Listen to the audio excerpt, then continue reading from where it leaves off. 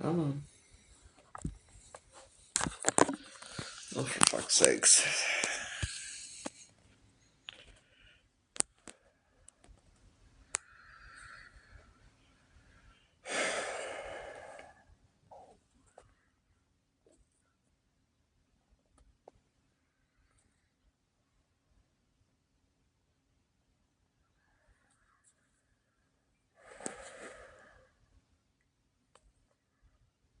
Hello, give me a minute.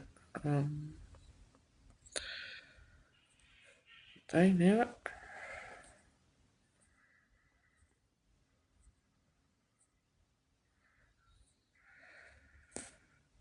Okay, people will find it. Anywho. Oh, hello, hello.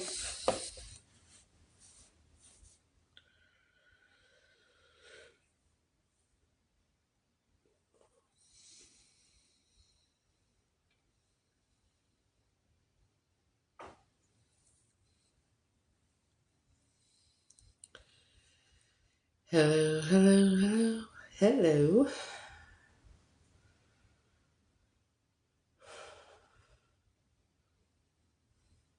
It's been a very, very interesting day. Not all of which was good.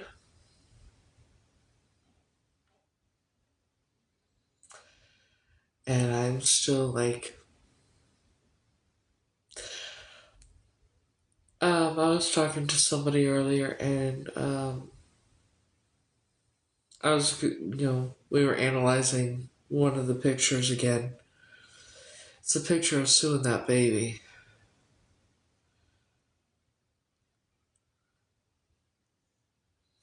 And I think we figured out why the way the baby is positioned is so weird.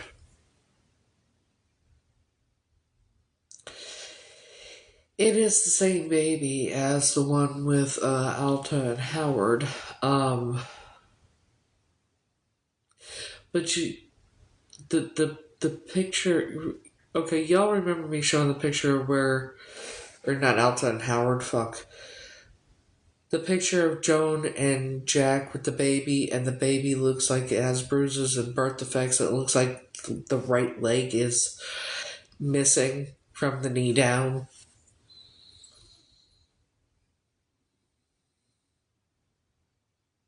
And the right hand is, there was no right hand.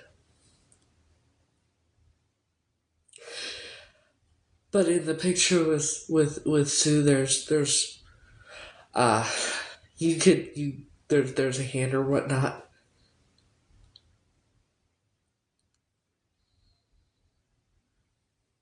It's not a hand.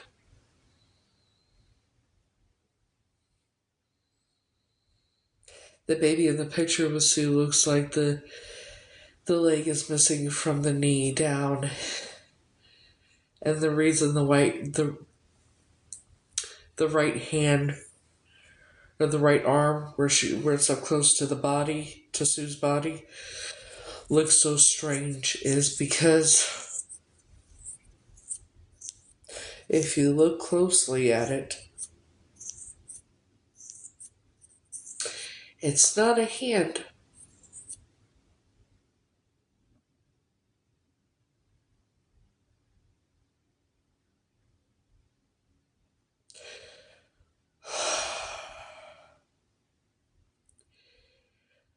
It's a foot.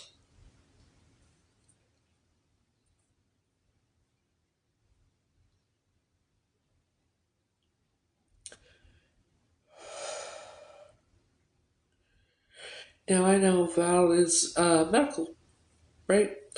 Um, Val, are you on here? Because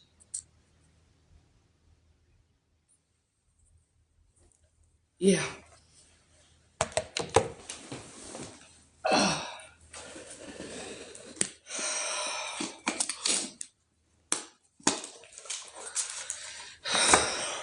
this picture. It was interesting, but let me flip the camera around and I'll show you. Um,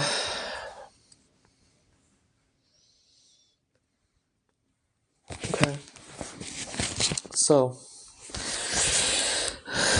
if you get close enough to the baby, right?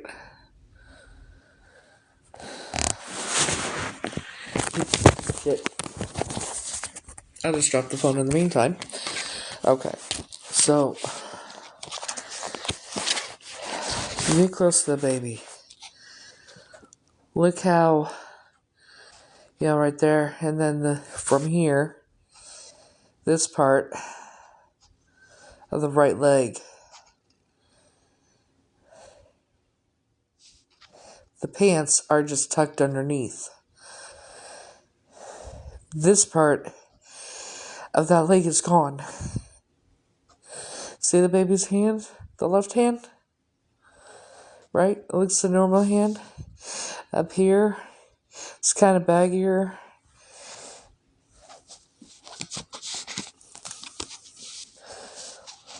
Right? Focus, bitch, focus. Let's see if you look. Those aren't fingers.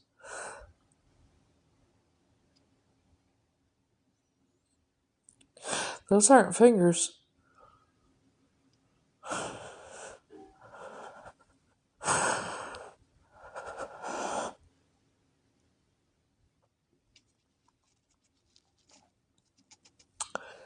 That's why it looks so strange.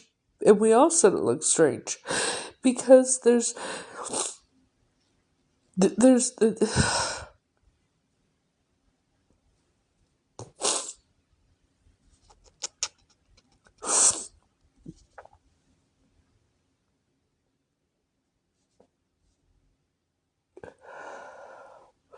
those aren't fingers.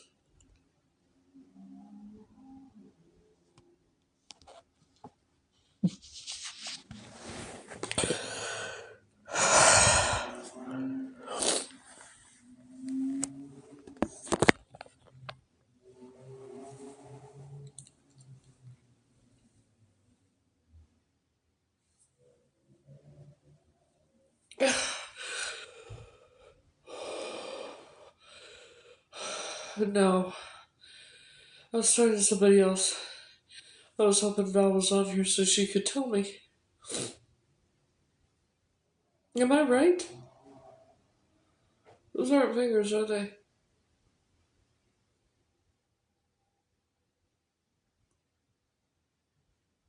That's what I think it is, isn't it? No, I needed you to tell me something because the baby in this picture, you know how it looks so weird? And we always said it looked weird, right? How the baby was positioned. And just the angle and everything, right?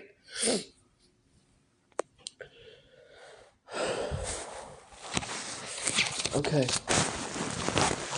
So, if you look, I can take another picture with the other phone, but if you look, it looks like right there. If you look at the pants, right, it looks like there's nothing from here. Like it's missing the leg, right? And then we see the hands. This is a normal hand.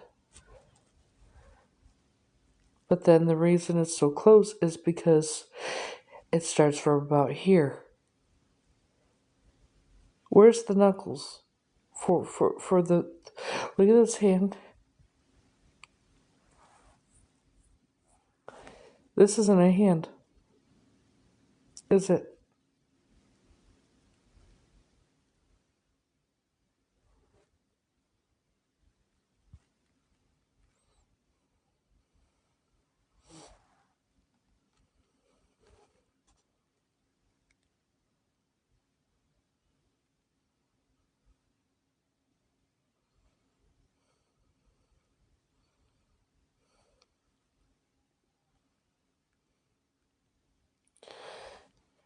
No.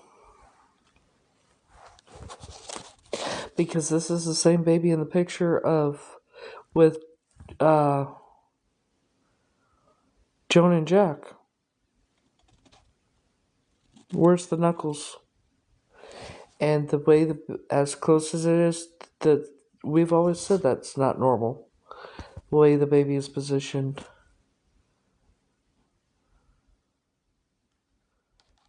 There's no way there's that. Yeah, no, it's not. I zoomed in on it. I took a picture with my other phone and zoomed in. And then I about threw up.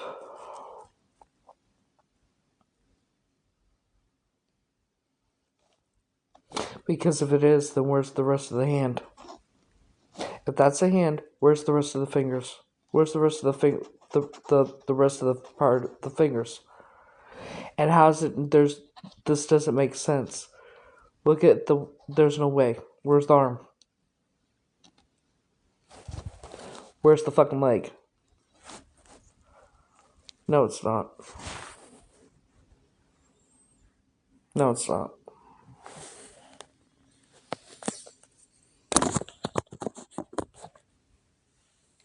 No, it's not. No, it's not.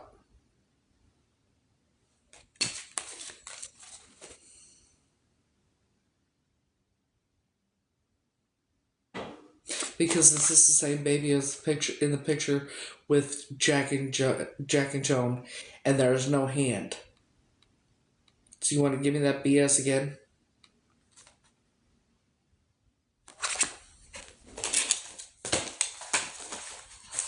You want to tell me again that's a hand?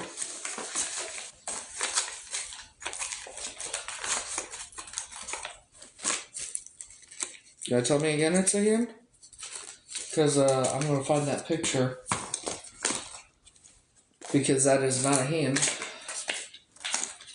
Because that baby is the same baby. There ain't no hand.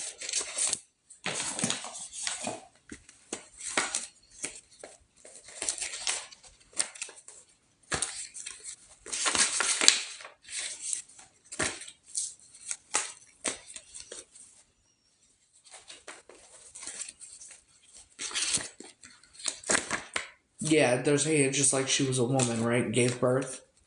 Right? What the hell's that picture? Right? Just like she gave birth. Got pregnant, gave birth, right? Just like she never kidnapped any kids, right? Just like they didn't unalive a bunch of children and did horrific things to them, right?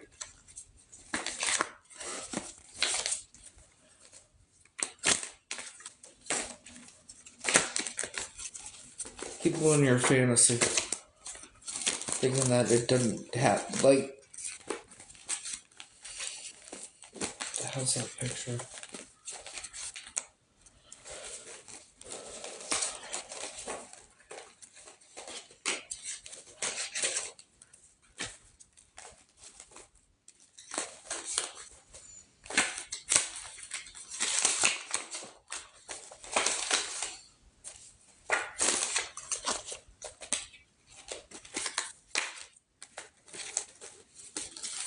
Right? Just like they didn't do any of the fucking horrific shit that they did, right? So you tell me the baby goes from having no hand to having a hand. Okay. Having no leg to having leg. Okay. Keep wearing your rose-tinted glasses, believing the bullshit that life is perfect and horrific shit didn't happen to a bunch of children. It still is. By these monsters. Please, please keep believing that bullshit.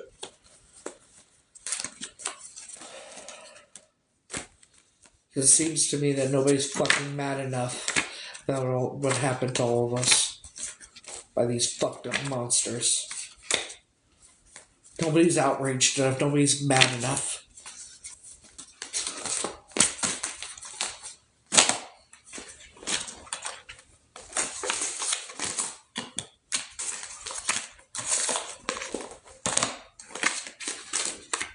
Just like that baby, right? This is the same fucking kid. This is the same baby.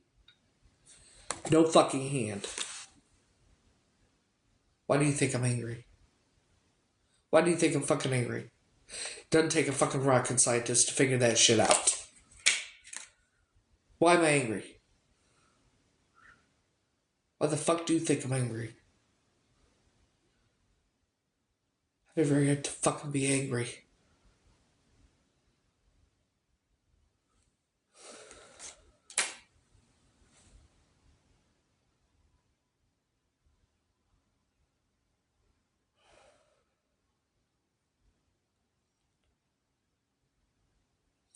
Let me ask you something. How angry would you be if you were kidnapped and trafficked and horrific things happened to you and you witnessed the most horrific things happen to other children, including being unalived?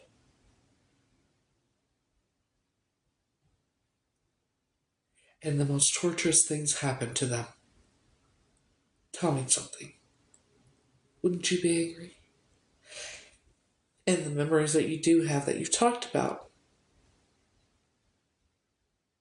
for 2 years, you find out, are also in those Epstein files.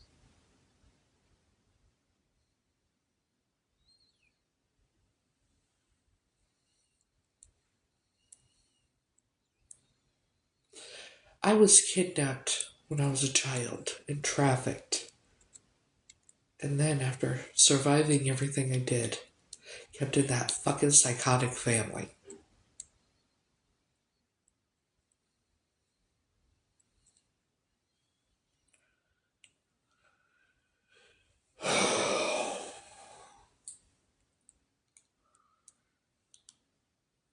You have no idea.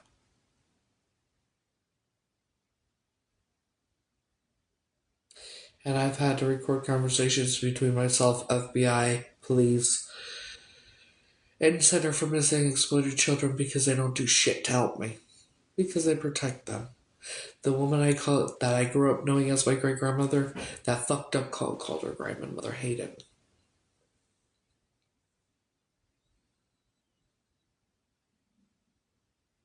The fucked up cult being the Illuminati.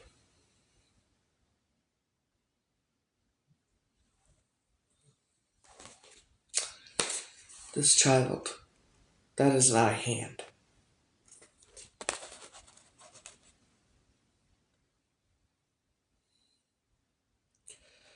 That's why where it is so close to Sue.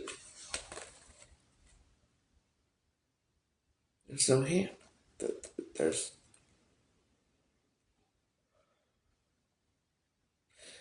and Sue was either born male or intersex and never able to. She was never able to give birth, let alone have a even conceive.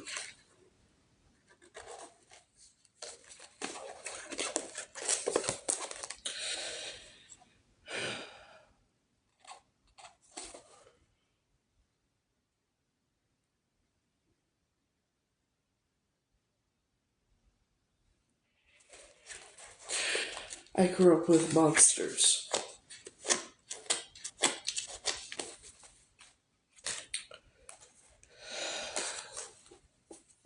This is Heather Enderton. And I'm pretty sure she actually believed I was her sister. And the reason she thought my name was Tanya is because I think that, and the reason Tanya's name felt so familiar is because I think,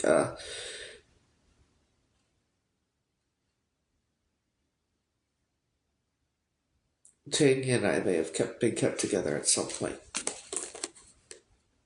But this is how I did an AIH regression of this child, and it looks just like Heather Enderton. Sue's not her mother. Sue's nobody's mother. And the number on the back of this picture is just like the number on the back of my picture, only different. It's a temporary ID for a Masonic event.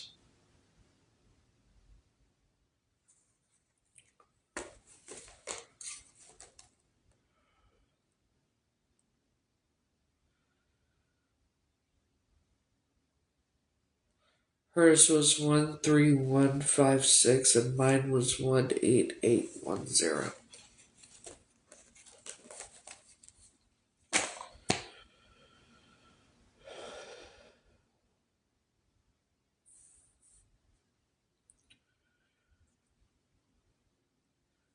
I remember the day I was kidnapped. I was kidnapped, trafficked. They tried to sacrifice me. It failed. They're terrified me, and apparently I'm in their book.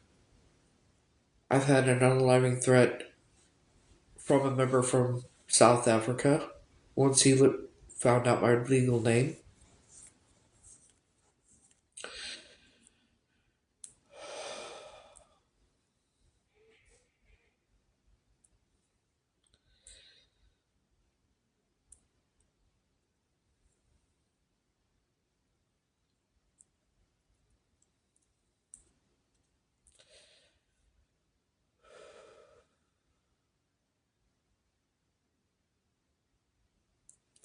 So that's how my day has been.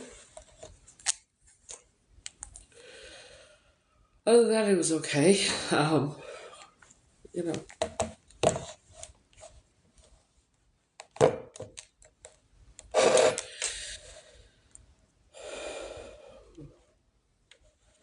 took a package up to my landlord and hung out up there for a while because she's, you know. So I talked to her for quite some time and tried to help her through it, what she's dealing with. So,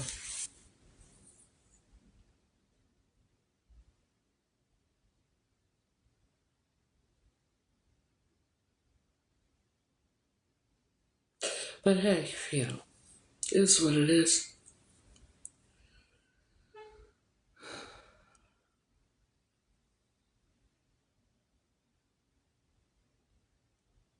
So how are you guys doing? Hello.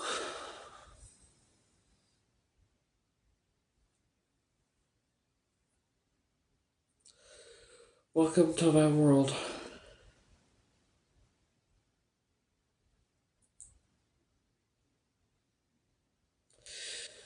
I'm ready for these monsters to go down for what they did. All of them. Not just that family.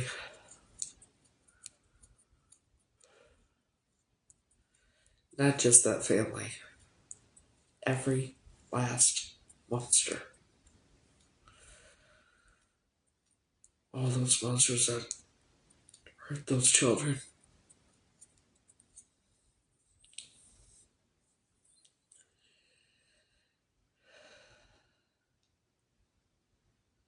Even if I have to do it myself.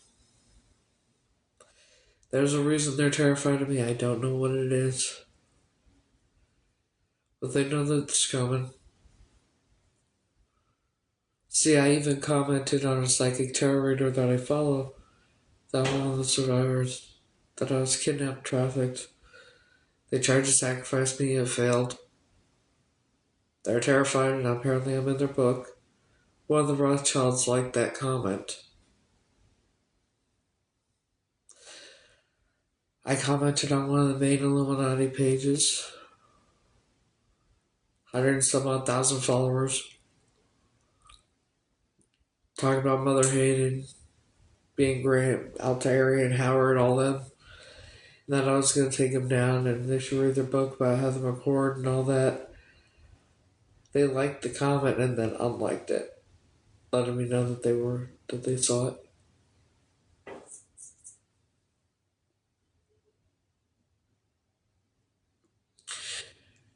And I'm so tired of the fucking evil. I am so tired of it. I'm tired of these motherfuckers getting away with everything they've done for thousands of years. That motherfucking Epstein is alive in Palm Beach.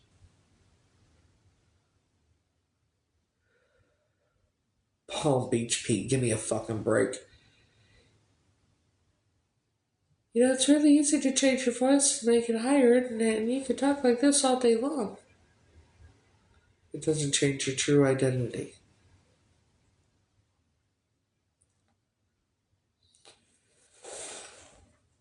Looks exactly like Epstein.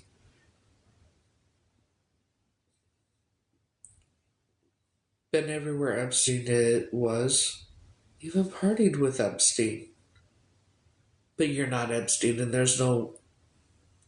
All it says, because I've looked it up, all it says about this motherfucker is his name's Peter and he's a developer. He used to be a developer here in New York.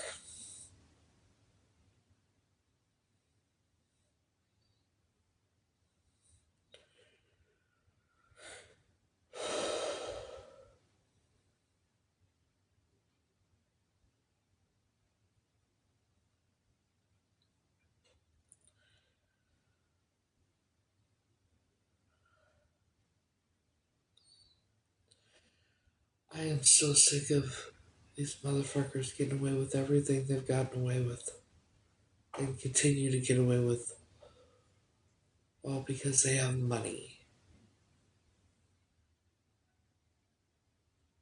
I'm tired of it. It's time for them to pay for everything they've done.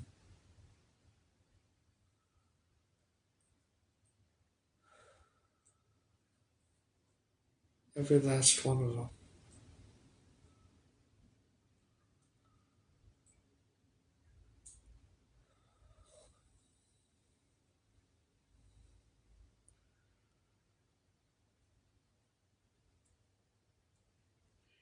There are survivors that have been speaking out, which is good. And at the same time, they're dealing with what I've had to deal with, which I don't have to deal with anymore, ironically.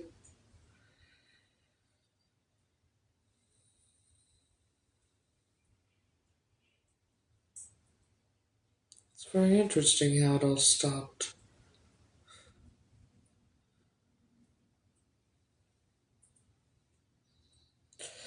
It seemed to have stopped around the time that I got that unaliving threat from that member from South Africa. Wasn't it? It's around that time, wasn't it?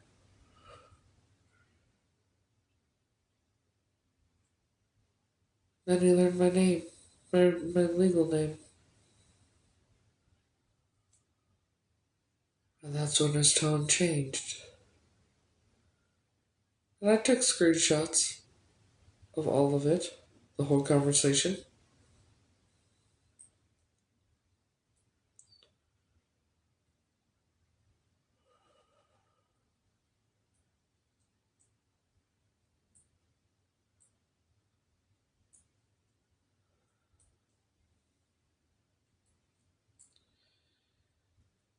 I'm tired of these monsters getting away with what they've done.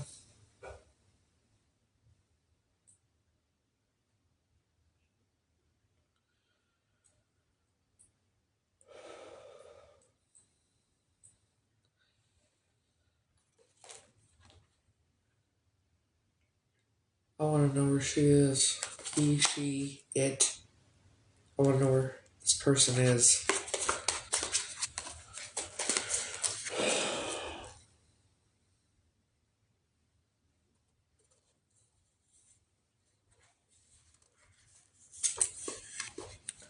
I want to have a bonfire, but I can't. Because I can't destroy evidence. Because it would do me no good. It would be more harm than good. So I gotta deal with fucking half this shit.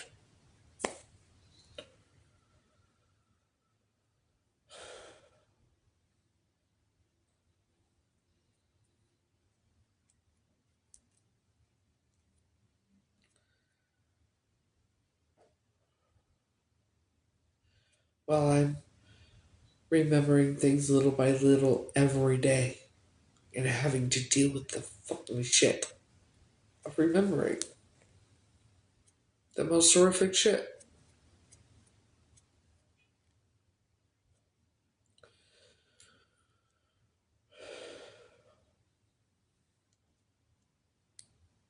Evening.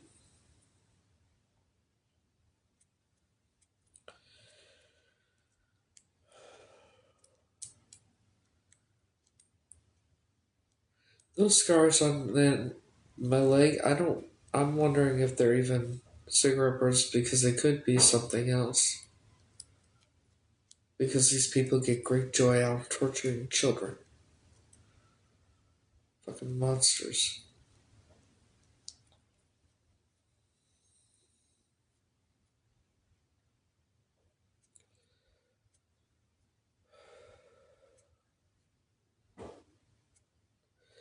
I'm so tired of the fucking evil in this goddamn world and them getting away with it.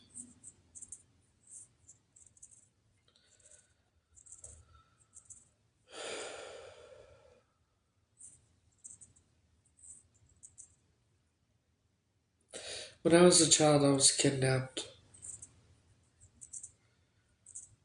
by the granddaughter of the leader of the Illuminati. They called her grandmother Hayden. Her name was Alta Arian. I remember the day I was taken.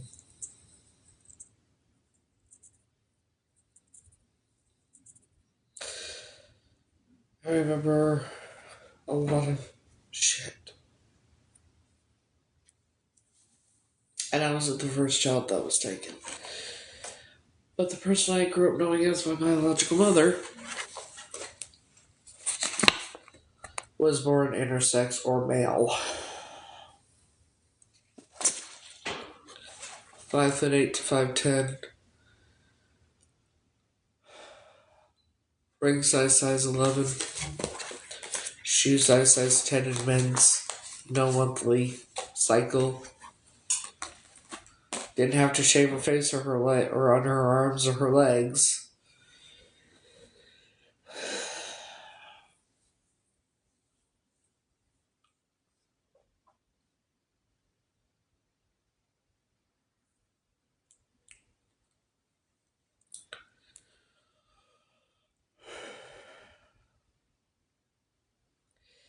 And since escaping that house in 2023 and that family,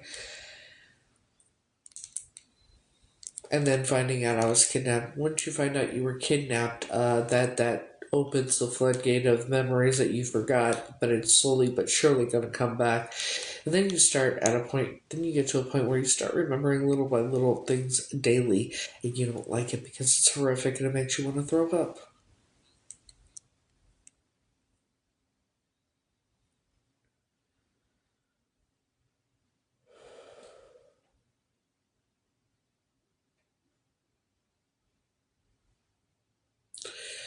The day I was taken, I remember there was a white building on the side of me, on the left side of me. I was going towards the front of the building, and there was a person, a man, in a grayish tweed suit, I think. Had a gray hat that dipped in the center with a red feather on. It looked like the right side, so it was probably that, because when I'm looking, it would have been this side. So, the left side of them, right side of me,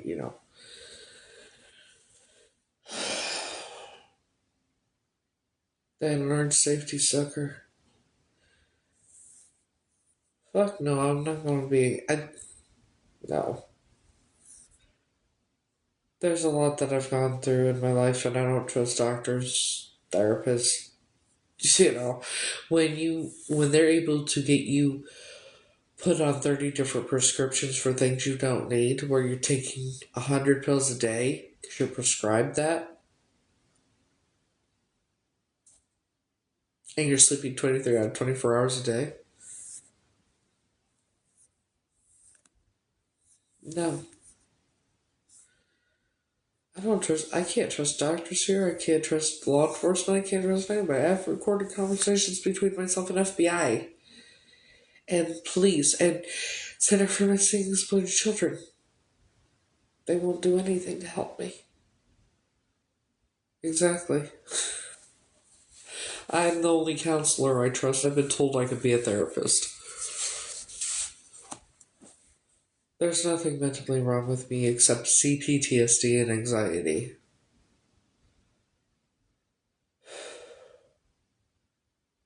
Which is amazing. I know.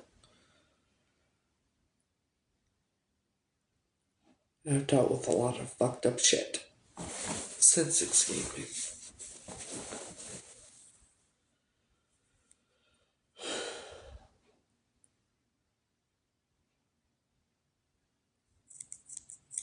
You name it has been said about me, posted on, I don't give a fuck. I've been recorded and posted on YouTube. They're trying to make me look like a scammer, begging all this bullshit.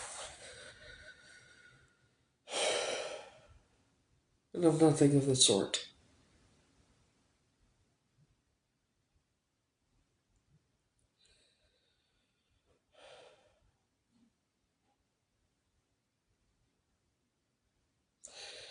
Well, let's see. Always being treated different.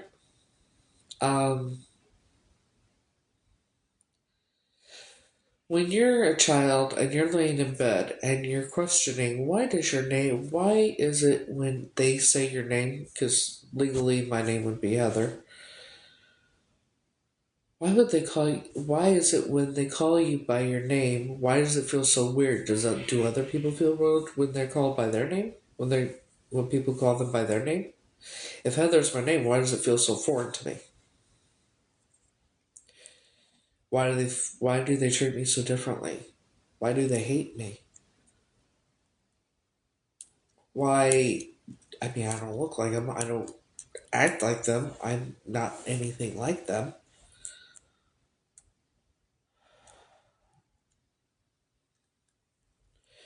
But I didn't find out. I did think, well, maybe I was kidnapped as a child. Maybe my real family is looking for me.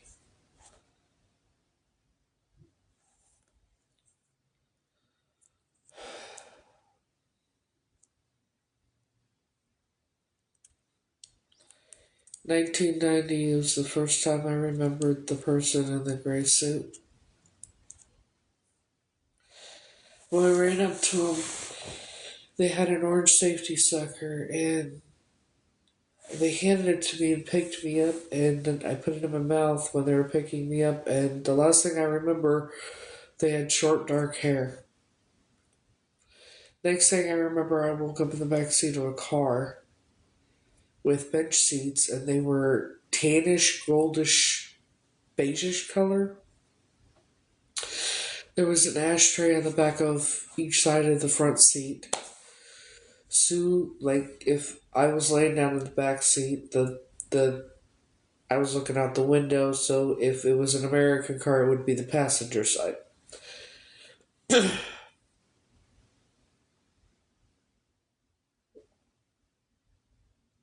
Sue said what if she remembers, because she was in the seat in front of, like in the front seat on my where my head was, and then Jack was in the other side.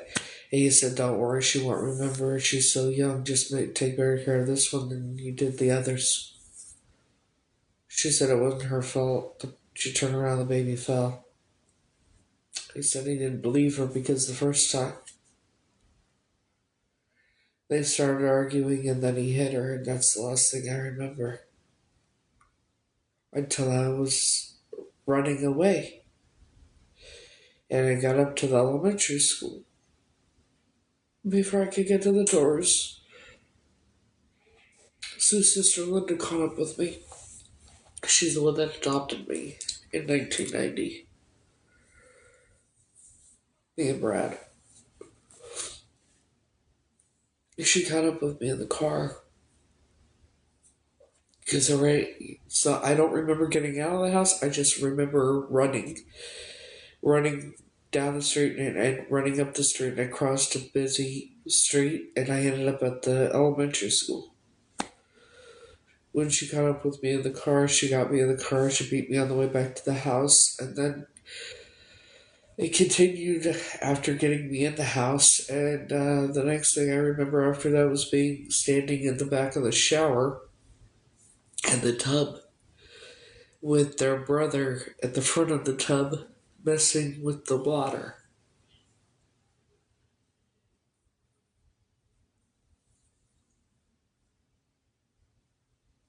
Next thing after that, I remember I couldn't stop urinating. So they had to put me in diapers and they got me to a doctor and got a shot in my hip.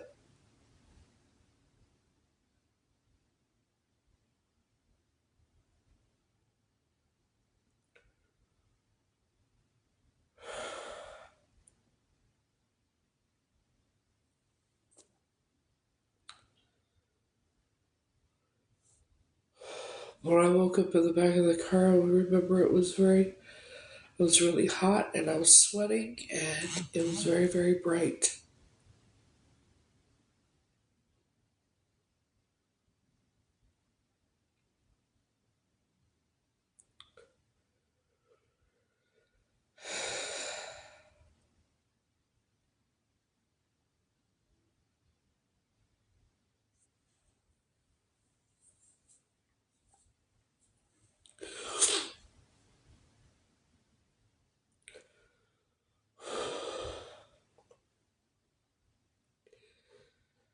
And I wasn't the first child, obviously, that they kidnapped.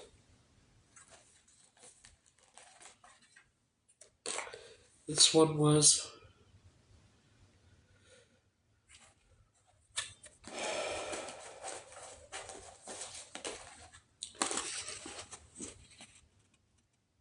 This is who. This is who took me.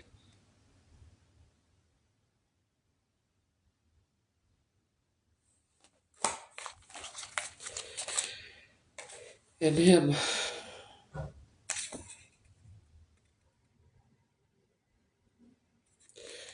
He was in the front seat with her.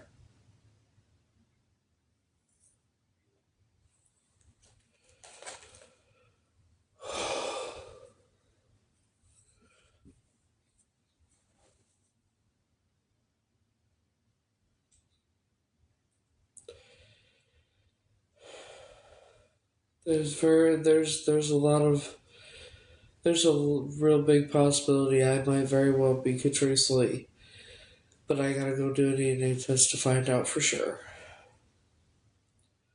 I have a birthmark in the same spot. I zoom in on her picture where her thumb is, where it shows her right thumb. It looks like she has a club thumb, like me. Zoom in on her face. It looks like she has a mole right here, like I do.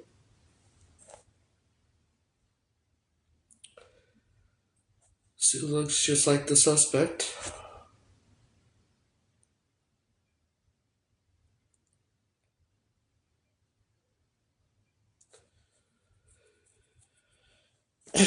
And Catrice Lee was taken 2 days after Thanksgiving here in America. And the people I grew up knowing as my aunt and uncle, Carol and Bob, they were stationed over in I think they were in Germany at that time. She was taken from West Germany.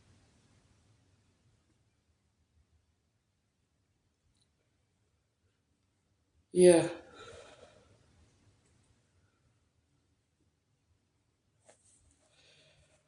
I wasn't adopted till 1990 by Linda and Ralph, Sue's sister and brother-in-law.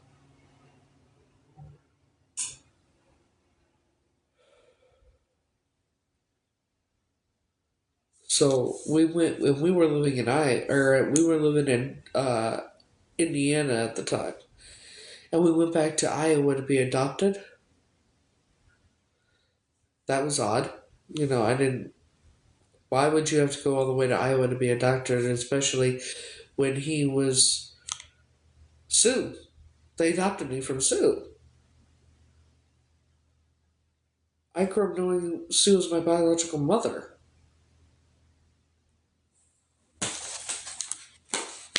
This person.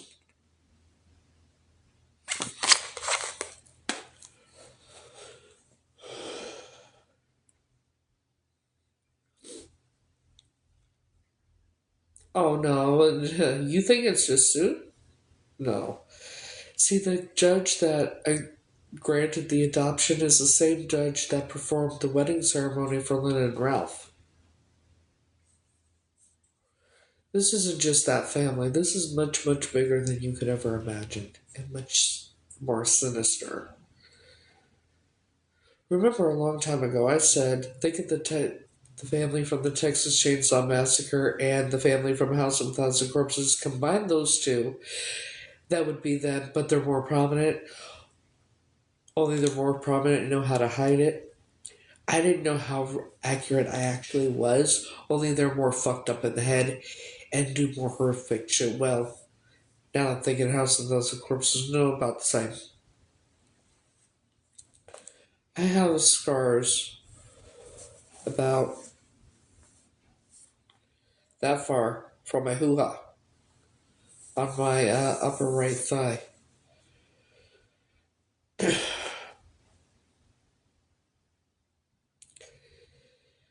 I've heard many different stories.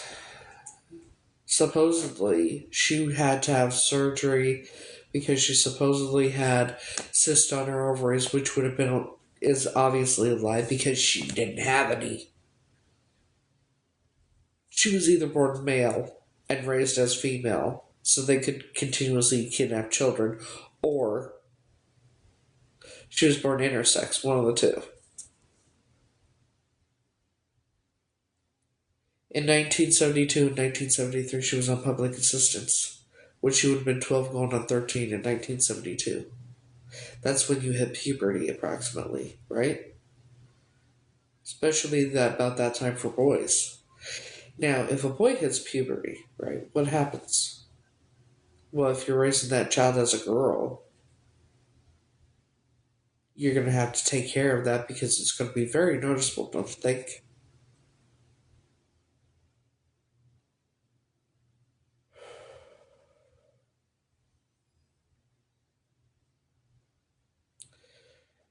There's no way she could have ever even conceived because, in order to conceive children, you have to have a uterus and ovaries, and you also have to have a monthly cycle, which she did not.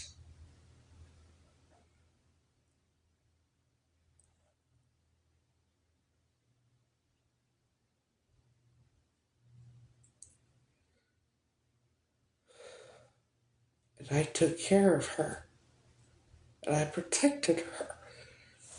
I protected her from shade. Beat the crap out of her. I had no. I took care of them.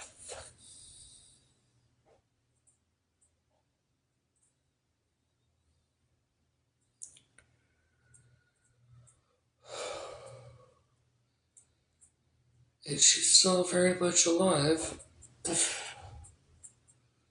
she faked her death.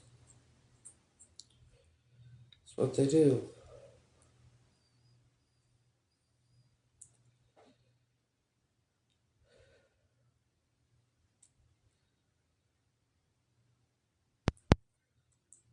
I remember being kept in a cage.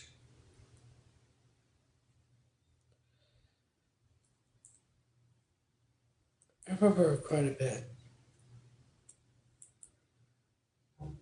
Yes, I lived with Sue till February of 1989, and then I lived with Linda and Ralph.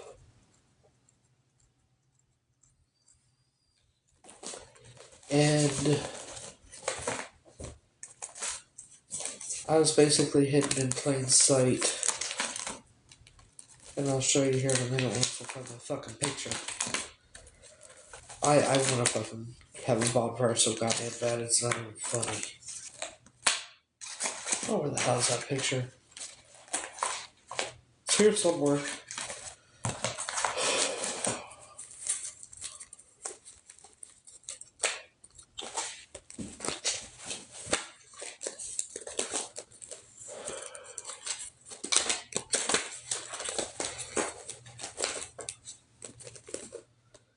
My daughters were so happy when they were with me.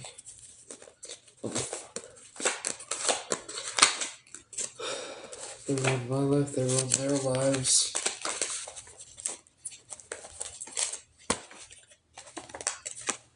Hidden in plain sight.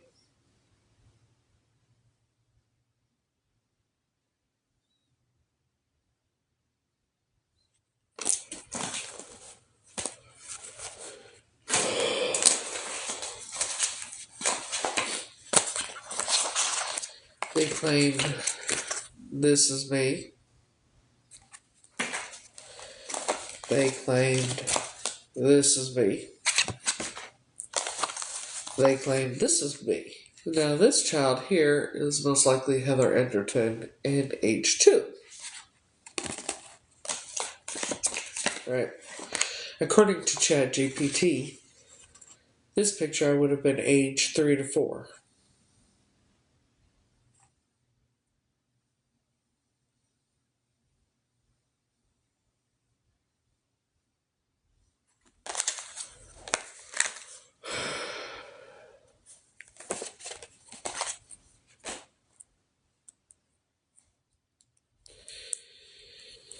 And in a few months, I go on over to the UK to do a DNA test. Hopefully, I say hopefully because I hope they listen.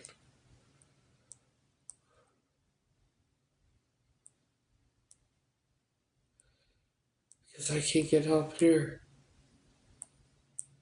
And I don't even know if they've gotten my emails because my phones are hacked. But there was a reporter that reached out to me from the UK. And after showing him the evidence and telling him, because he asked me what evidence I have as proof, because he explained who he was, that he'd been investigating the Catrice Lee case for years.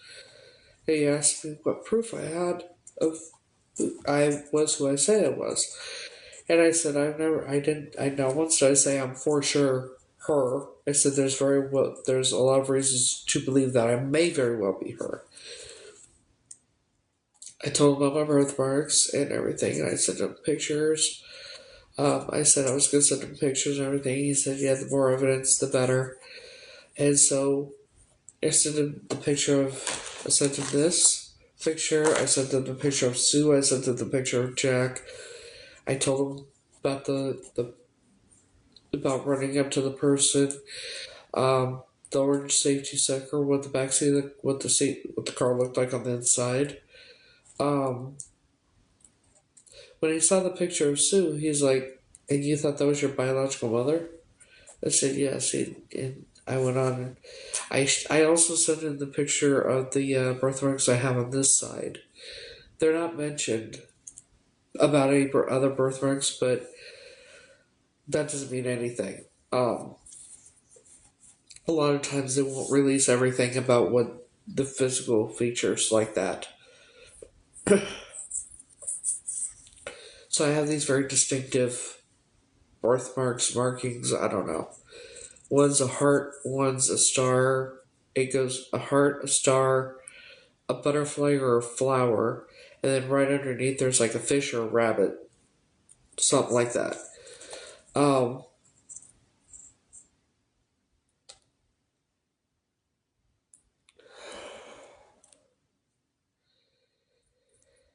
and the fact that I just recently found out I have exophoria in my left eye. A slight exophoria, which is a form of strabismus, and they couldn't tell from the 15-minute exam whether I've ever had surgery or not on my left eye. But I know, like, there's a nerve in my left side of my face that doesn't work, and the only reason I know that is because I had a 4-hour surgery on my hearing bone to drill holes in my hearing bone years ago. They told me that there was a nerve that didn't work right, and if I could never have the surgery again because if it was touched just the right way, it'll paralyze the whole left side of my face. So, I didn't even know about any eye condition, not like that, until, well, I've never even heard of strabismus, not like that. Until all this. And I also have suspected glaucoma in both my eyes, which I looked it up. And with exophoria, that type of strabismus where your eye goes out. If I had it as a child, which most likely, with that type, you have 175% higher chance of having glaucoma. 175 higher chance. That's the most you can have. And of course, with my luck, I have it. Yeah. Now, what in the migraines that I've always had, the getting numbers mixed up. No, I thought I had dyslexia when it came to numbers because I get them flipped around, not turned backwards, but two numbers will be flipped. And I always have to look at the phone. No, like whenever I call somebody, I gotta make sure, look carefully several times, or even typing in a code before I hit send or whatever, because it's like. And then my depth perception, hand-eye coordination, balance, all that shit I've always had problems with. I can't catch up almost in my goddamn life. Can't throw a ball to save my life either. Shit.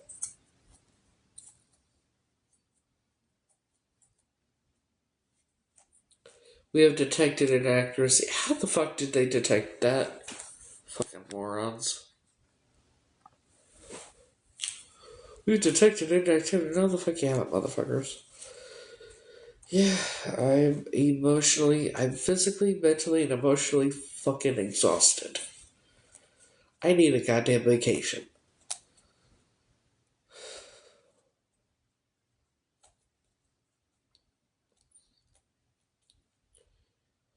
These past 3 years have been hell.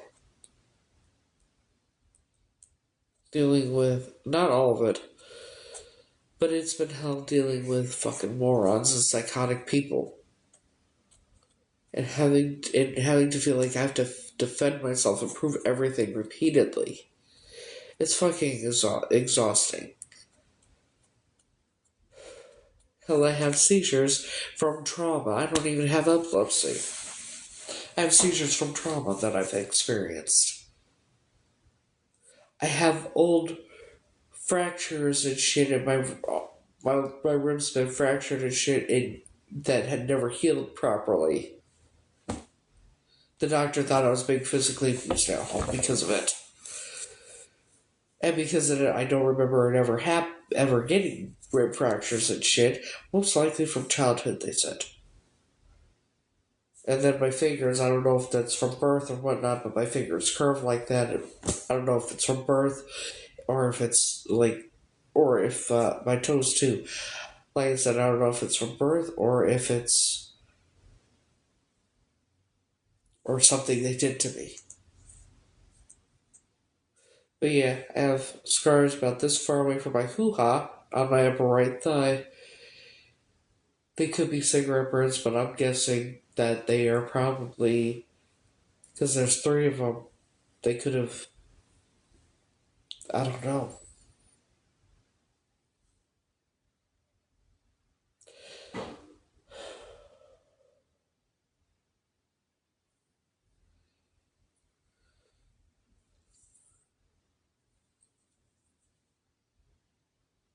Hell, I remember the tunnel, the entrance of the tunnel, where I don't remember the location. I know it's in Davenport, Iowa, in an upstairs apartment. Two apartments in the place, one downstairs, one upstairs. There will be somebody living in the downstairs apartment, most likely a female to keep up appearances. There will not be anybody living in the upstairs apartment, but it'll look like there is. You go up 3 or 4 steps, there's the porch, you go through the door, over here's the first apartment, and then you go up the steps. The banister was painted dark brown, almost black, or was black. And there was this big round thing at the end of it. Wide stairs, and then it kind of narrowed and went up.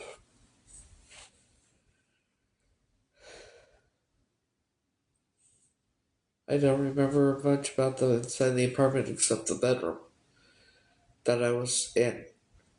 They claimed that we lived there. We never lived there. But you go in the bedroom. If you're standing in the doorway, there's toys.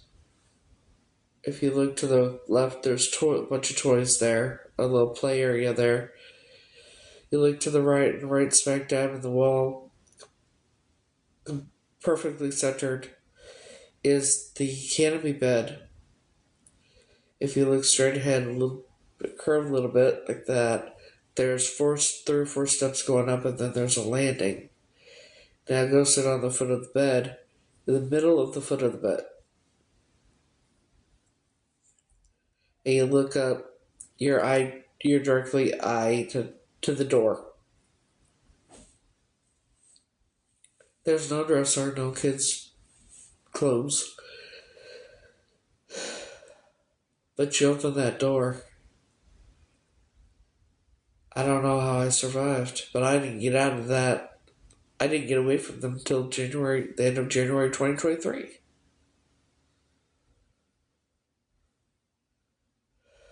I was poisoned, I was drugged, you name it. And I have no idea how I survived. It's probably why they're terrified of me. I'm like a cat with 10 million lives.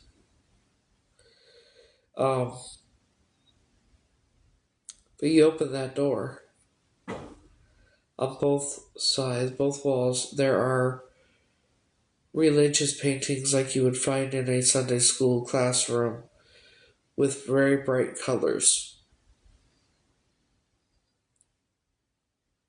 And I told the downstairs lady, because she babysat me like once. I remember her babysitting me once, and that's where that's where I saw the Shirt Tails cartoon. I remember sitting in her living room, watching the Shirt Tails cartoon and coloring with the coloring book and crayons for Shirt Tails. The only reason I know it was Shirt Tails is because I remember the panda in it. And then I looked, and that's how I found out it was Shirt Tails. Somebody thought it was a Boomafu, and something like that, and I played the theme song, and as soon as I started playing the theme song, my anxiety started going through the goddamn roof, too. So I don't know what the fuck is up with that. Uh, but I told her downstairs about it, and I was always told never to open that door, so I told her about it, and she went up with a flashlight. She went down. She was gone for about 2 hours, going through that tunnel. She comes back and says, "There's no ending to it." She never found the end to it. That was the last of it. And that was the last time I was ever taken there, too. I do remember I used to ask Sue a lot about my father. Where's my dad? Who's my dad? Where is he? Why can't I see him? I was obsessed about my father for some reason. I don't know why.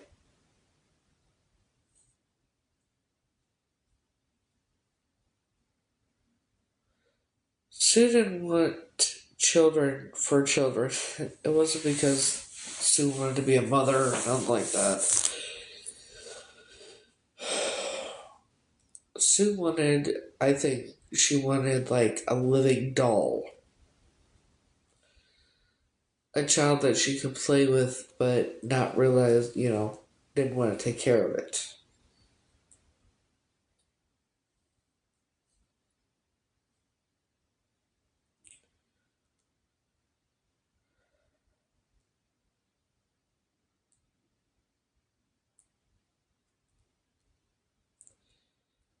In 2023, I had my first memory of one of the most horrific things that I'd ever. I was sitting in my car. I was getting ready to make a video or a DM or something like that, and I closed my eyes for a brief moment, so I thought. And it was like I was in this dungeon basement cellar, whatever the fuck it is.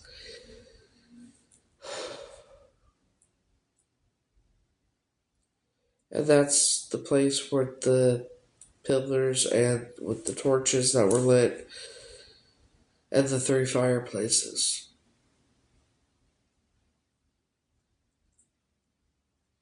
And the children screaming.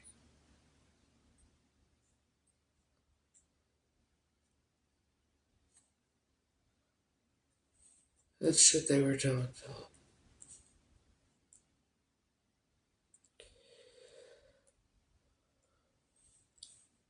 some of the children lost their lives being eaten.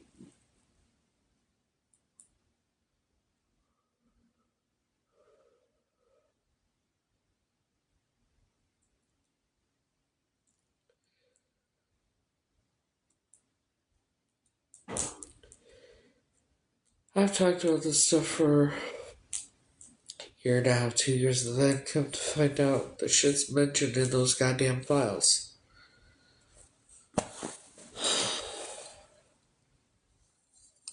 I need a goddamn vacation. I need to get the fuck. I'm ready to bounce.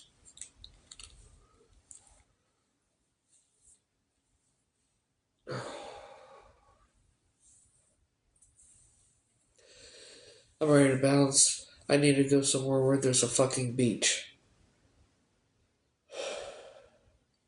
And then come to find out if my DNA is a match to be Catrice Lee, I will. That means I'm a British citizen, not a United States citizen. So I'd have to get dual citizenship, and I would have to do the test to become a citizen. This is so weird for me. It's a fucking lot. That's all I fuck. I need a fucking goddamn vacation.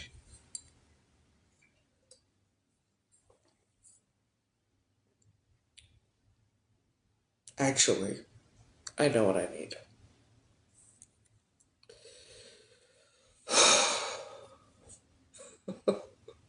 I need to see Frankie in person.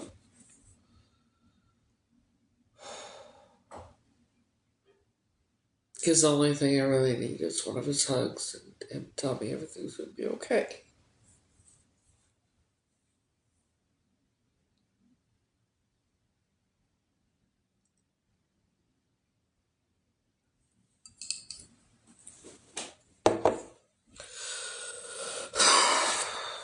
Damn it.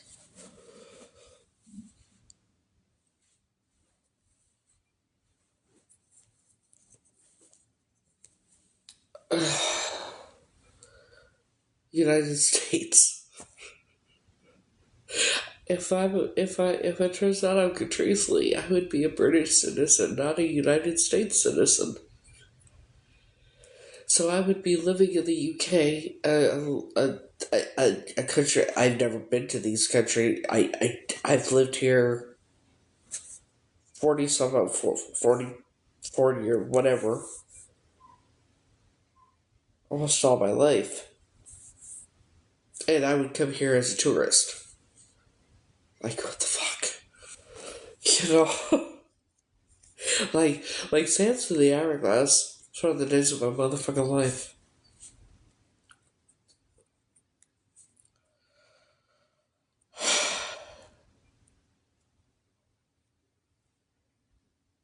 So yeah, the one thing I need is to see Frankie. And just that's the only thing I need. I'm in the United States. I'm in New York. I hate it here. I fucking hate it here. And my landlord said that, when I was up there talking to her, she's like, never leave. You didn't want me to never leave. She wants me to live here forever. And she knows I'm going to do the DNA test, and when I told her I would be, if it's a match, I'll be a British citizen, she kind of started freaking out. So I'm like, no, I'm going to get my dual citizenship. I can still move it. I don't know what the fuck to tell her because she's, you know.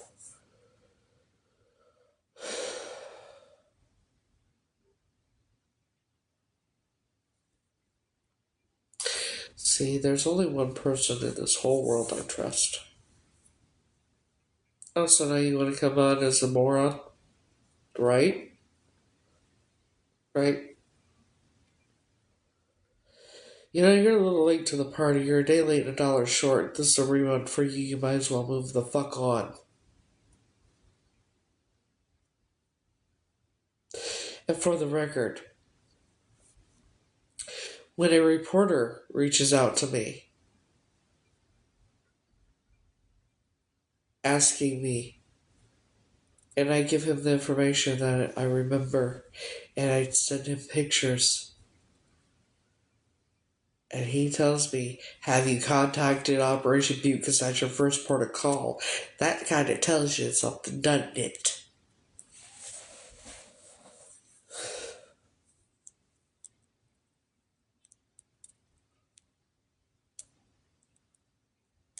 But it would take a common sense and some sort of, at least a little bit of intelligence, like a brain cell, which some people seem to be very much lacking altogether.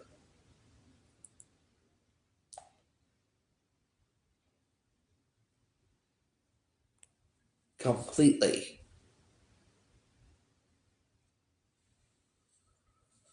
Fucking go play your rerun bullshit somewhere else, bitch. It ain't working here.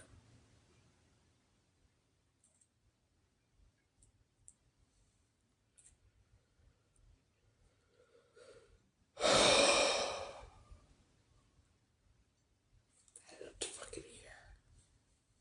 Headed up to here with the shit. See, there's no humanly possible way this person could have ever given birth to any child, let alone ever conceived. Because they were either born male, raised as female,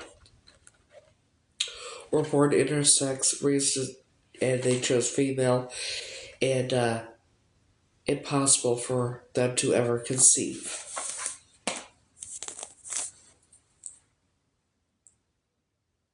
Yeah, people seem to lack the intelligence that it takes to understand that even if I do a DNA test and it comes back that I'm not one person, that does not take away the fact that I'm still a missing person and I don't know who the fuck I am.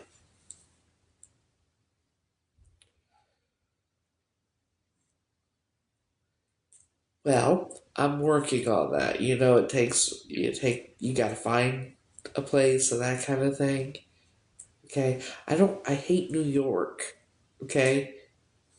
And the reason I haven't moved, well, I've been dealing with a lot of shit. No, I'm my own therapist. I've been there, done that. I don't trust them. Let me explain something. Because people seem to think that this would be a normal kidnapping. Far from it. See, a normal kidnapping, right? When the person you know is your great grandmother, yeah, that too. Thank you. The person you grew up knowing as your great grandparents, the people, they're part of a cult, and the great grandmother, that cult called her Graham and Mother Hayden, and then when that happens, you can't get help from any government fucking agency to help you find out who you actually are. Because they protect the monsters. Common fucking sense. Tell you that. Shit.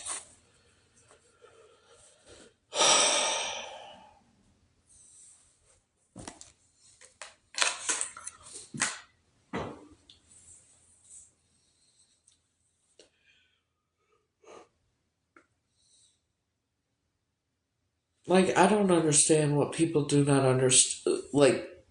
The dumbest shit is for people to think that because I took a DNA test and it showed I wasn't taking Michelle Williams, for some unknown reason, people seem to think that because it was not a match to that missing child, that means I'm not a missing person. That's not how the fuck that works. It's not.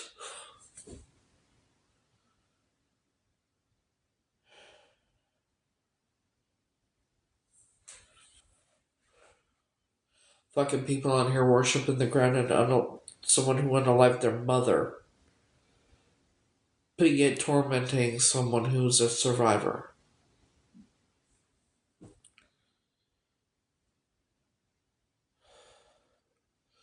Do y'all know how many missing people there actually are that went missing as children? There's hundreds of thousands in many different countries.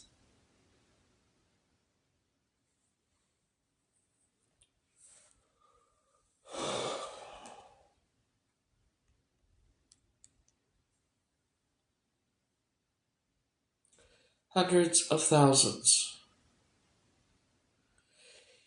It's a fucking needle in a fucking haystack.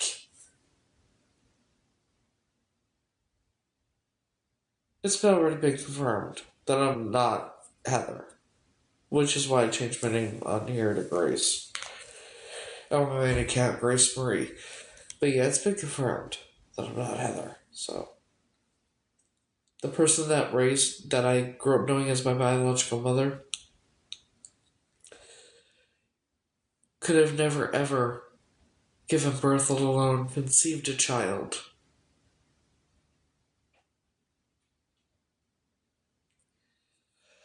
(5'8" to 5'10", ring size 11, shoe size 10 in men's. No monthly cycle. Didn't have to shave their legs or under their arms or their face. Oh yeah, and then there's the fact that they had an Adam's apple.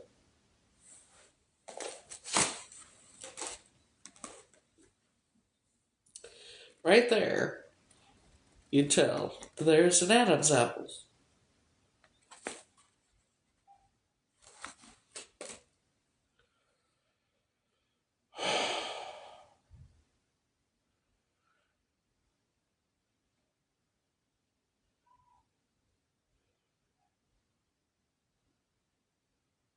No, I have not done the DNA yet for the second girl. I gotta go over to the UK.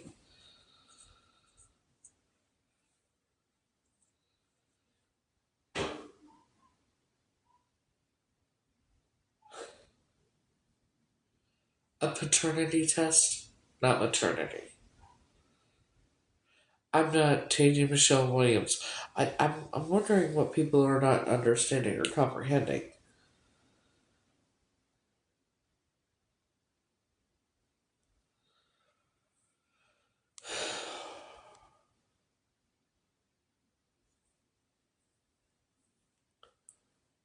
Jesus fucking Christ. I have not done it.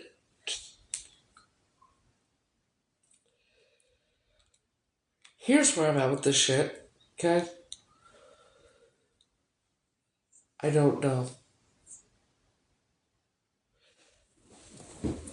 The person couldn't have been my mother because they were either born male, raised as female, or born intersex, which would have been impossible to ever conceive. Why? Because you have to have an ovaries and a uterus and a monthly cycle. What part of that do you not comprehend?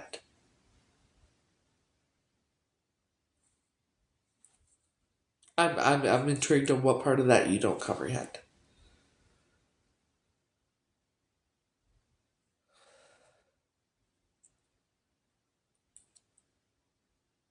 And what makes you think paternity is father? Paternity is parental, male, father and mother. Well, I've dealt with enough BS, and I don't care. Until you've walked even a quarter of a mile in my shoes, don't come at me. I've dealt with enough bullshit. I'm not dealing with it anymore.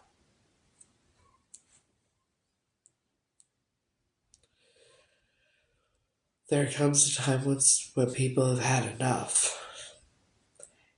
And it's taken me 40 whatever years, plus everything that's happened the past 3 years, and plus the memories and I'm remembering new things. I keep remembering things every day now.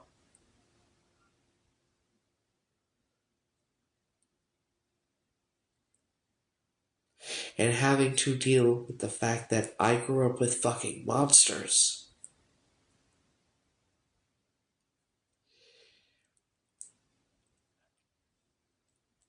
I've had enough.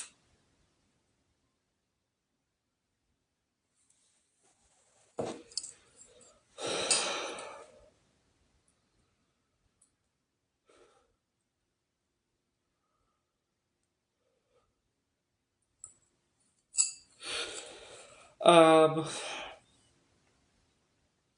go watch my pinned video. It should explain a little bit about what it's all about. Basically, when I was a child, I was kidnapped and trafficked. That fucked up cult tried to sacrifice me. It failed. They're terrified. I'm in their book. I was raised in the leader's family. And the person that kidnapped me was the leader's granddaughter. The leader was, they called her grandmother Hayden. And yes, I have evidence. I always have evidence. That's what you gotta have. No, I'm not crazy. There's nothing mentally wrong with me except I have anxiety and CPTSD. Um, you mean the other children she kidnapped? None of them are hers.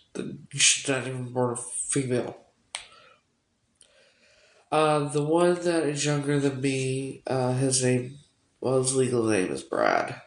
And I'm pretty sure I found a missing child out of Colorado Springs, and the age progression looks just like him. So,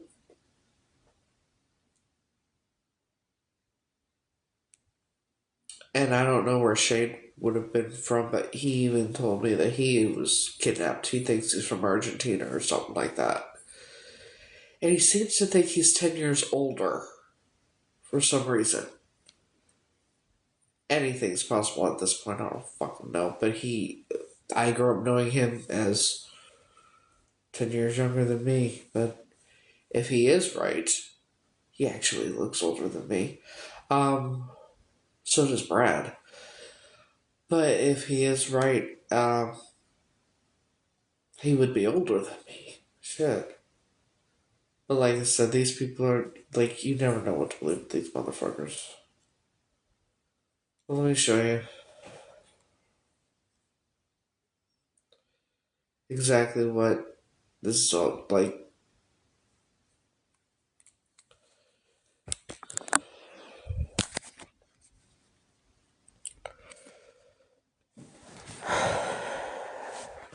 These are members.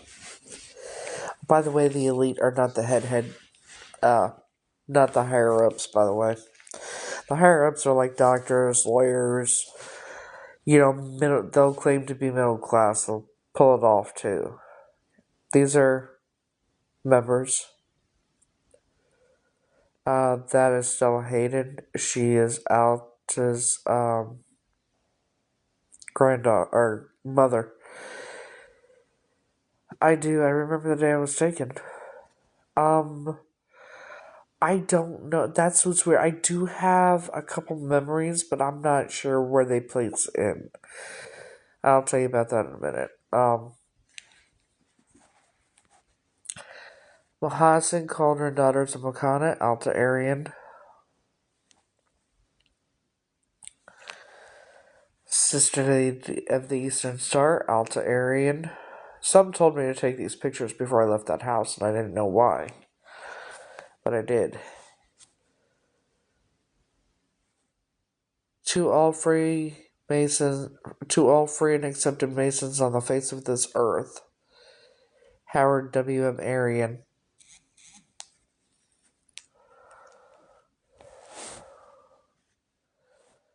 And that, see you next Tuesday there in the center. Focus, bitch. That, well, let me enlarge it. The see you next Tuesday here is Alta Aryan, who they called Grandmother Hayden. Clearly, there's the upside down pentagram. These are for the other wackadoos of that fucked up cult with no souls. You know how I can't like that, wackadoos? And here's the letter. I actually have it.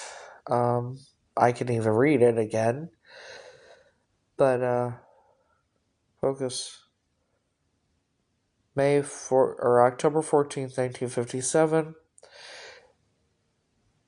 Joan, Jackie, Carol,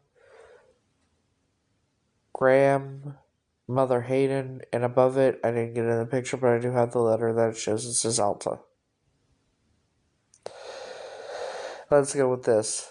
Knowing your background and assuming some things about you and Jack, I feel quite sure that you would agree with Graham and myself and others in our family that we would take the liberal view towards matters such as these. In other words, we would want to be inclusive rather than exclusive. And then it goes on to talk about a yearbook and international convention and which churches they could go, which churches they should go to, and which ones are not. And this was written by Reverend Kenneth Hayden, who was Alta's nephew and Joan's cousin.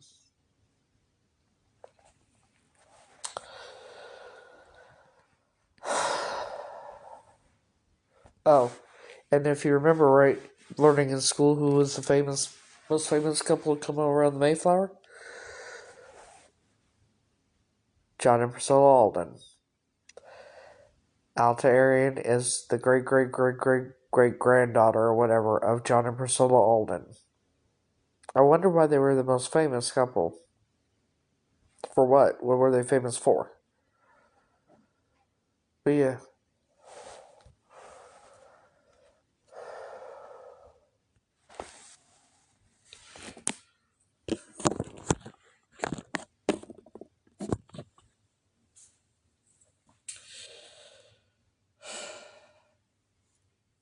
Now, someone asked, do I remember my biological mom?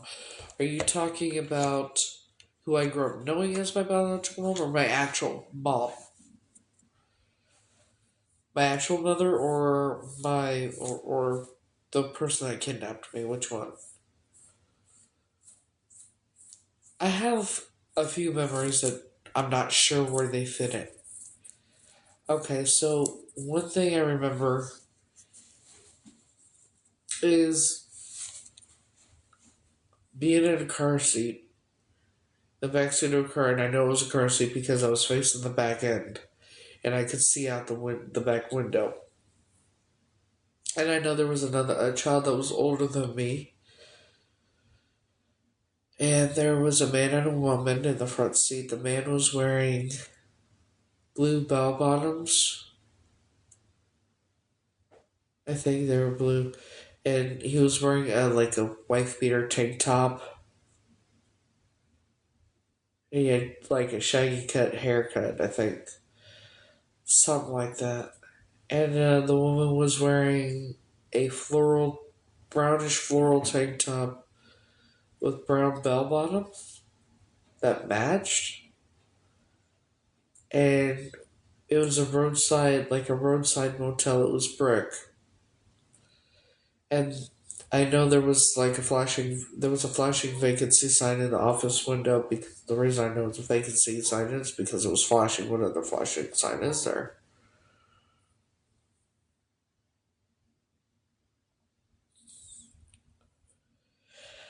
I remember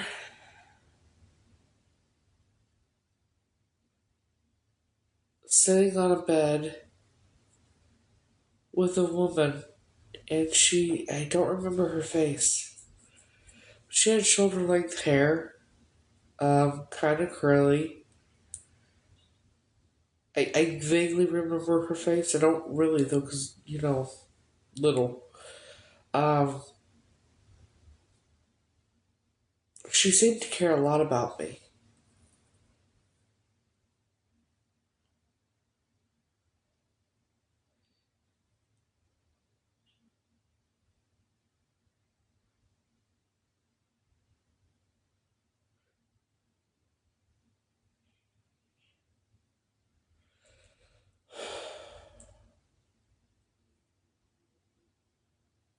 And a couple years ago, I got this, in 2024, I got this candle around Christmas time. And the scent was Christmas morning. And when I lit it, it smelled like a real Christmas tree. So when I lit it, I had this memory of being in front of Christmas tree. And there was a TV on the floor, but it was like one of those that sat on the floor. And there was some Christmas thing on TV. It was like a Christmas parade or something. It was some Christmas program. I'm not quite sure. But I remember over here there was a window on the side of the tree and like burnt orange carpet. Like if you've ever watched Mrs. Brown's Boys, because that's where I remember. Because in that show, it's my favorite show. But in that show, they have the same color carpet in that show.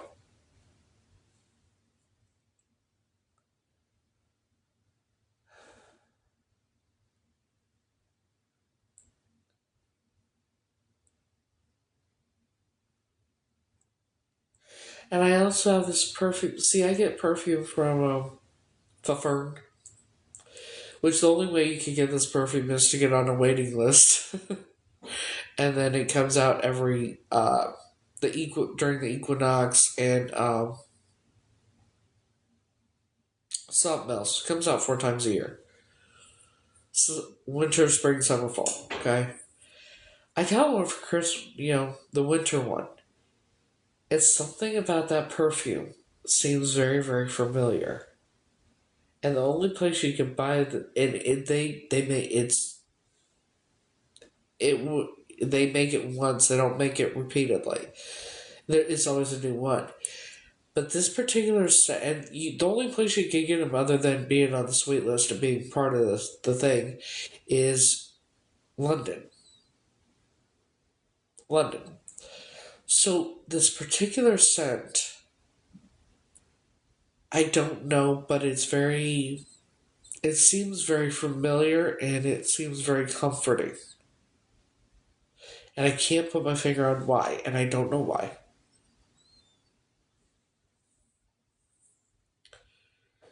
Another memory I have is with a man. Being in a strawberry patch or something.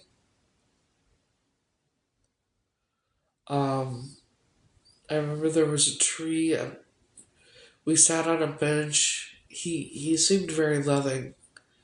I think it might have been my father, but I don't know. Um,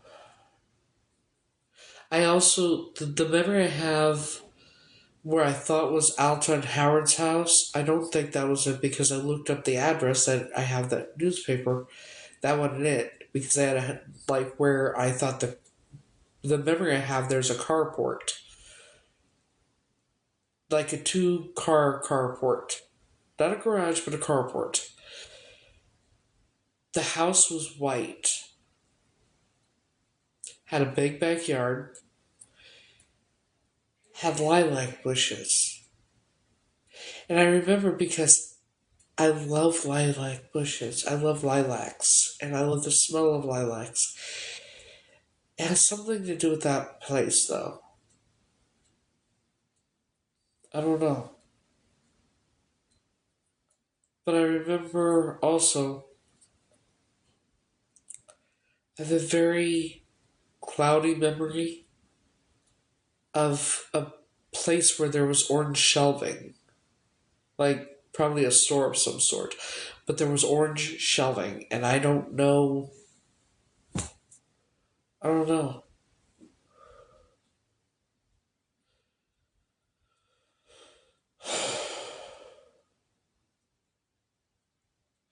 But I know I used to listen to the soundtrack Grease all the time when I was little, and I would listen to it repeatedly.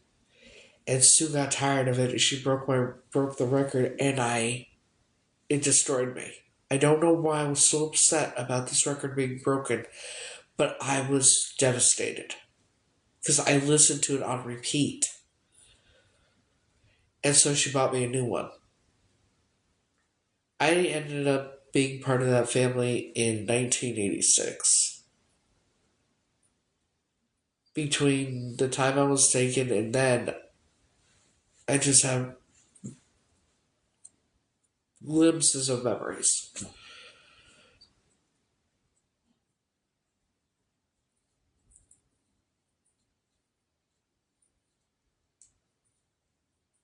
I don't know. I'm kind of nervous to do the test though. Because if it comes, like, if it's not a match, then okay, then I go on about my life. I change my name legally because it'd be a needle in a haystack at that point. I don't know where the fuck to look. But if it comes back a match,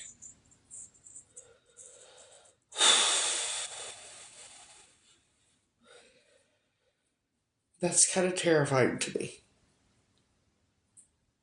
Not about it, it's weird. It scares me because I don't know what to expect. I don't know. Like,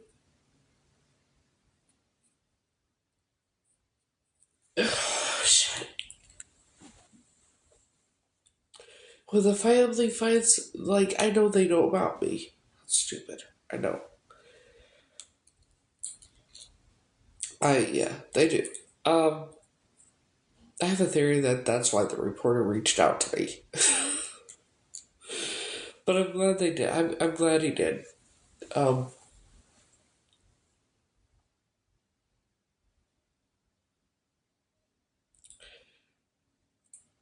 when they find out everything,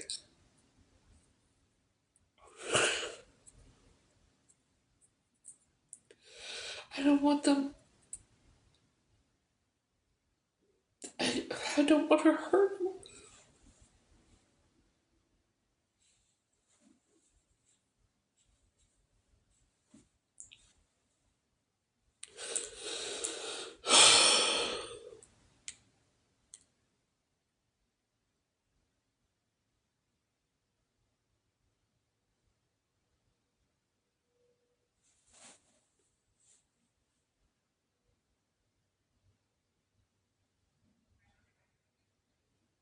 I don't want to hurt them.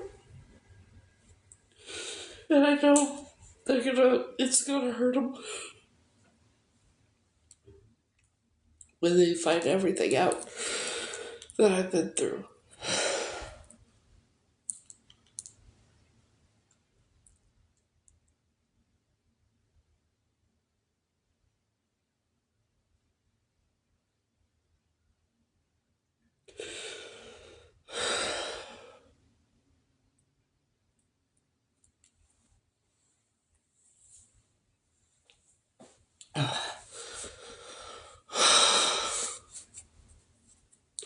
So you don't think it's gonna upset him that I was trafficked to over 500 people?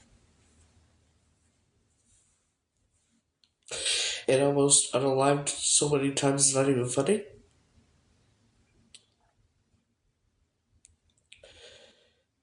And that my children were stolen from me, and that my ability to have children was stolen from me? And hell, I might actually have a child that I don't know about? And I know that's a weird thing, but you know, when they tell you you're not pregnant and you were lactating, and that about 6 months after you got your tubes tied, and you have the surgery, you go in at 9:30 in the morning and then wake up at 4:30 p.m. in excruciating pain.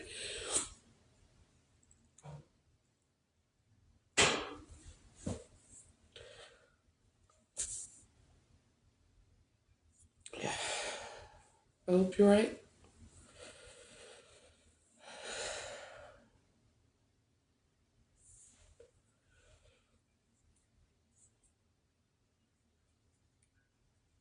I do hope you're right.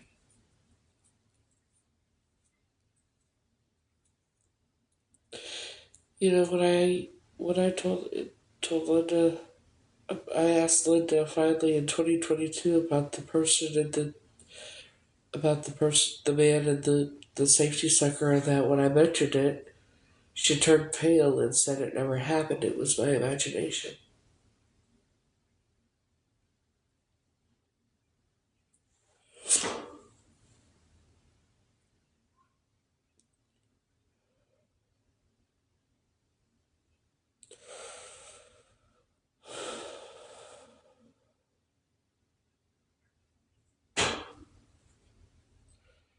I mean, I found out about Katrina's leak back last year.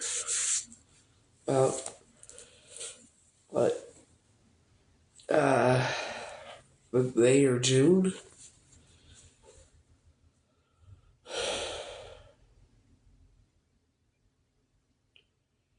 and I've had to record phone conversations between me and the FBI and police and Center for Missing and Exploited Children, showing that they won't do their job. I've called every place you can think of to try and get help.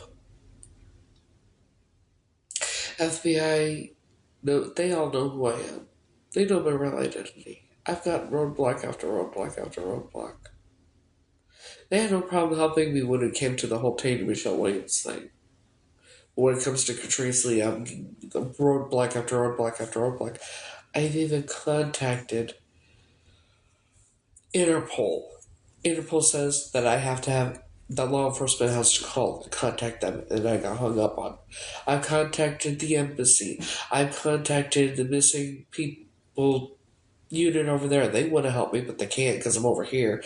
I've contacted a police department over there. I have emails from these places with case numbers. Um, the slavery plagued people, I contacted them. I've been doing everything on my own.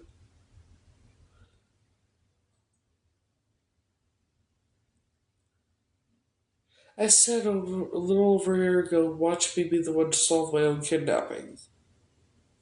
Here I am.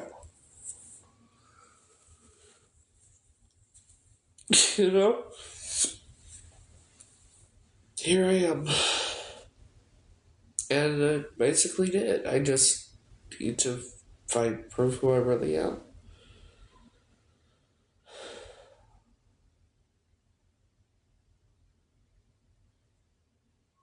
I mean, I was supposed to have surgery to have the stimulator removed because I was misdiagnosed with gastroparesis 10 years ago. Turns out I have diverticulitis. And then found out I have Hashimoto's disease, which is probably from birth, I'm not sure, but I also might have EDS. I'm not sure if that's Ehlers-Danlos syndrome or something like that, but that's a it's a lot. It costs a bit to get the genetic testing in that. Um, like when I go like that, I guess that's not normal. It, I'm very yeah.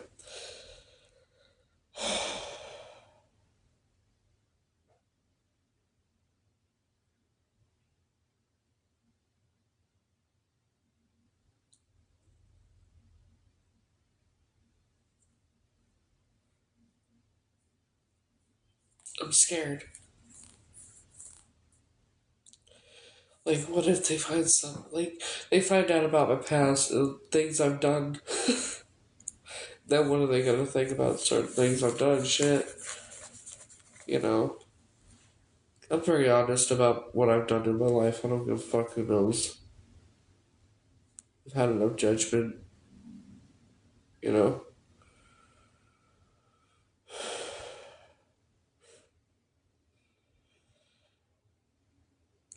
Yeah, yeah. Doesn't matter.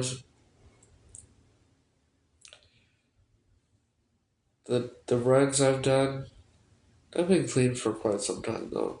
Um, the corn I was in once with my ex-husband. My daughter tried to find it. She couldn't find it. Thank God. So I don't think it's anywhere. Well, I mean, there's pictures of me and nude pictures and videos. I'm sure. I don't give a fuck. You know, it is what it is. You know, I make jokes at inappropriate times to cope with things. Like right now, I will laugh at inappropriate, and people will think, "What the fuck is she laughing for?" Well, it's better for me to laugh than be destructive.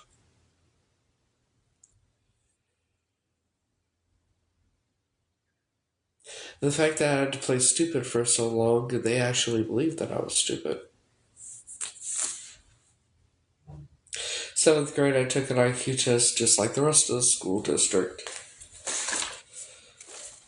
Guidance counselor comes back, all excited when I'm in study hall, sits down next to me and says that I had the highest IQ out of the whole school district. And I started crying. I said, please don't tell my family. Please don't tell my family. Please don't tell them. I begged him, and he never told them. My IQ is 149. I feel. I know it wasn't my fault. I was little, and none of it was my fault. And I gotta keep reminding myself of that.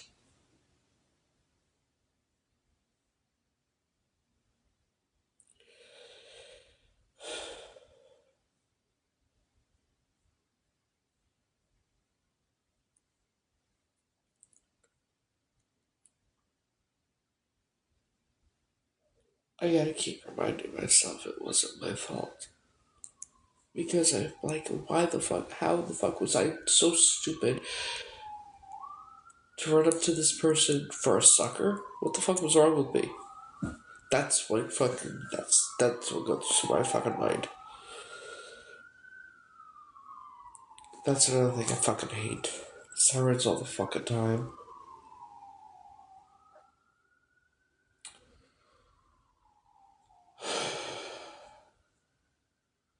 I know.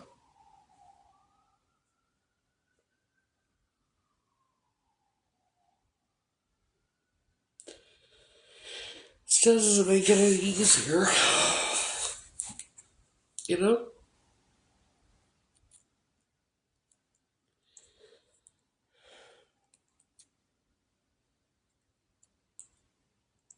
I mean, what, you think they're gonna be okay with me being not, I'm not religious, I'm spiritual, and I'm a little witchy. I am. Got a strange magic. I say things and they happen. You know? And it's been proven on here. I just say things, they happen. I say I predict this is gonna happen and it happens. Like about a year ago, I predicted the monsters would be exposed for what they did to the children. And then they were.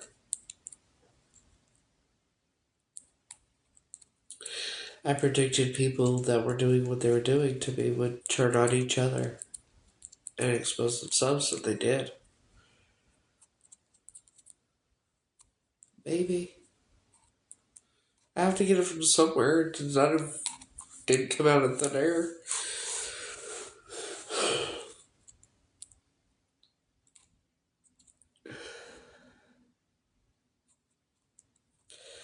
Yeah, it's interesting that Joan and Jack always had me watching those English shows too, like Are You Being Served? Keeping Up Appearances, Perot, Miss Marple, all that kind of shit, you know? Well, here's the thing. I'm a good person. I never hurt anybody. I don't condone violence. You know,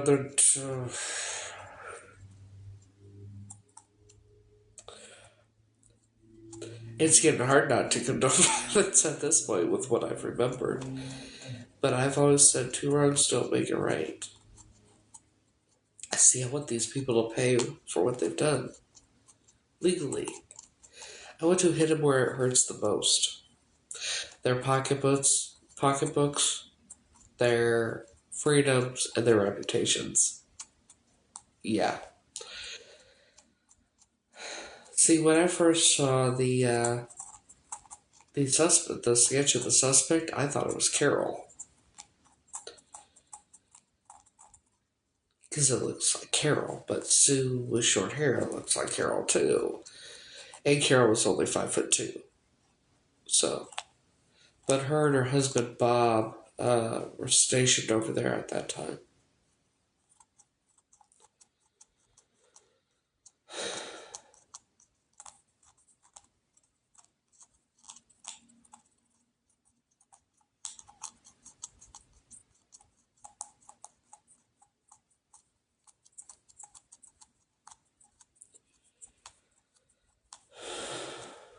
And the fact that I can't work. And that's another thing, it makes me nervous because I can't work anymore. You know, with everything I've been through, and that I've put my body through so much hard labor and shit, I can't do it anymore. I have osteoporosis throughout my body, high risk of breaking a hip. Last July, or June or July, I bent over. I'm sitting on my bed, and I bent down bent over to tie my shoe, and I ended up with rib fractures or contusions. Just from tying my shoe. Sitting on the bed.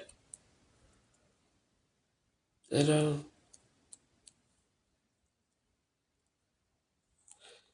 yeah, I have reached out to Operation Butte, but I never heard anything back.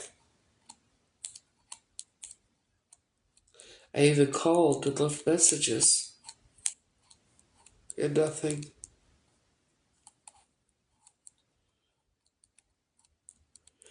And all I want to do is find out. I want to find out who I really am.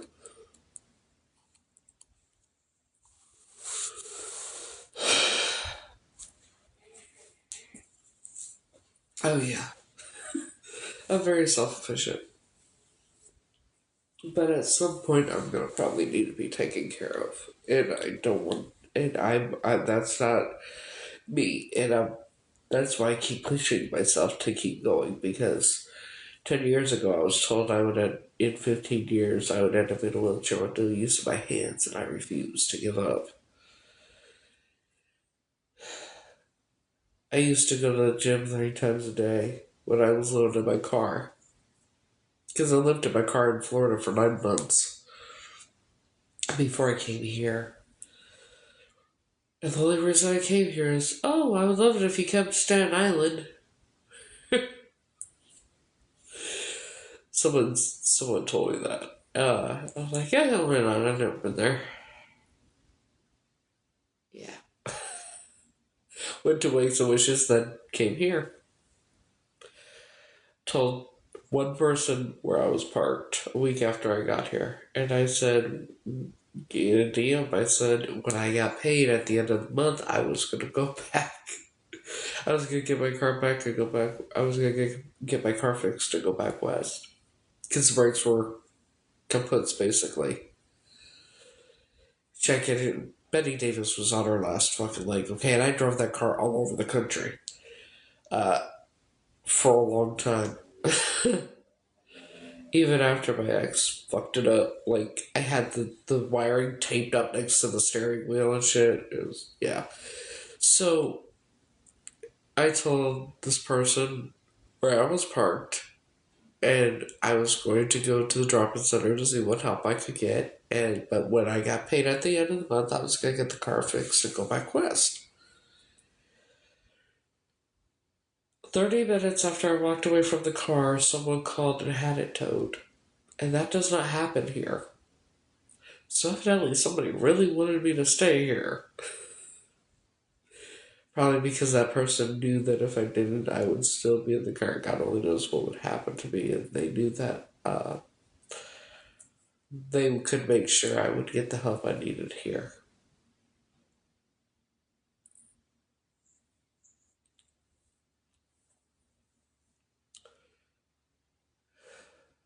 And one of these days, when I see that person, I'm going to have to thank that person. Because I'm not going to lie, at first I was upset. Because that was my car. I didn't want to stay in that fucked up place. It was like the Twilight Zone mixed with Alice in Wonderland through the Looking Fucking Glass. I ain't even no joke. It was fucking insane. And so,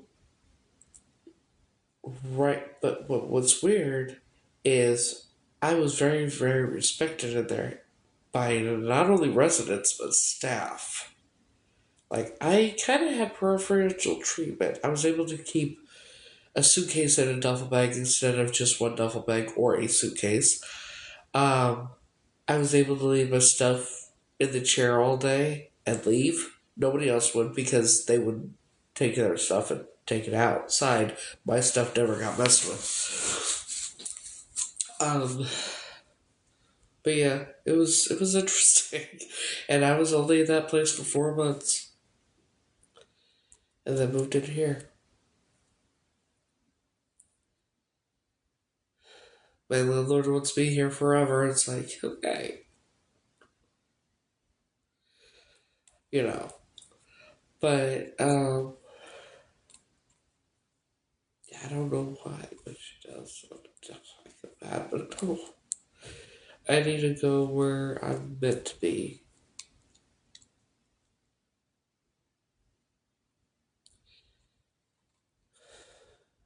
I need to go where I'm meant to be. You know, wherever I'm meant to live, that's where I'm meant to go. By Easter, that's all I know. Something by Easter. All I know is I'm leaving by Easter to go somewhere. Uh,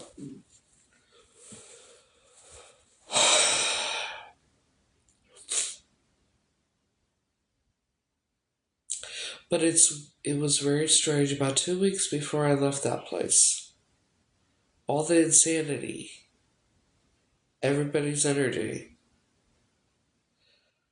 Somehow I ended up with all of it for a week. Everybody was calm and getting along. Me, I was ready to throat punch people.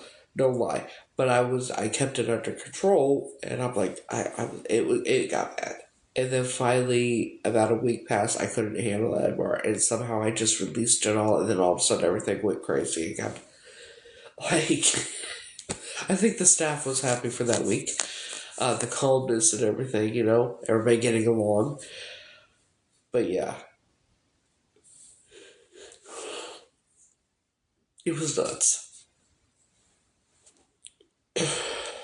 People ODing twice. There was always an OD at least twice a week. Food not meant for human consumption, or even I wouldn't feed animals that fucking food. Um, I remember one time I was waiting for the bathroom, and I was very respected. And one of the residents said, "Miss Heather, you don't want to come over here. Don't come in here. Don't look." My dumbass went and looked. There were leeches coming up from under the floor around the fucking toilet bowl. It's a good thing I use hair products because that repels lice, because there was lice, bed bugs, and cockroaches in that motherfucking place. It was fucking, and that is actually the best shelter here, evidently, in the 5 boroughs. And then it's like a 5 minute walk to the ferry to go over to the city. And I would tell some of the people, hey, come on, let's go to the city. Never been off this fucking island, and it's a 5 minute walk. But they'll go clear across to the other side of the island. It's like, what? How, like, live, experience life, people. Come on.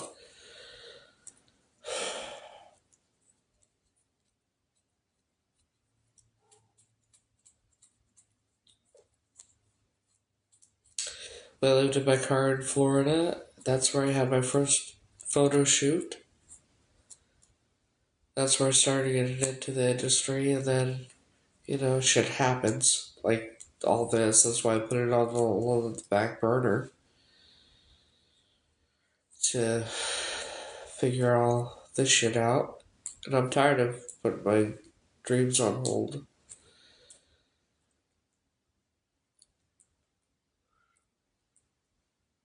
You know? I love singing, and I always have. I was told when I was 2.5, I was singing Victor Victoria word for word, doing dance move for dance move.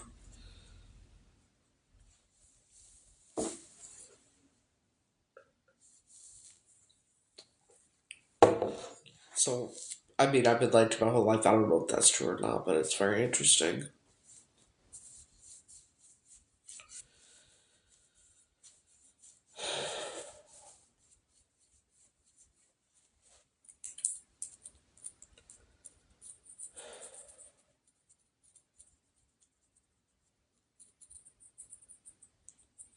So I don't know what to expect, and I don't know.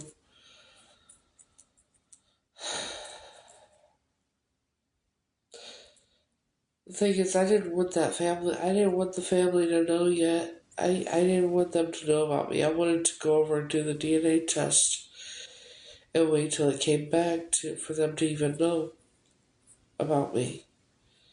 Because I know that they've been harassed and everything else and how much they've gone through. And then someone decided to tag me in an article about Catrice Lee on Facebook. And that's how her sister found out about me. Because I commented on it.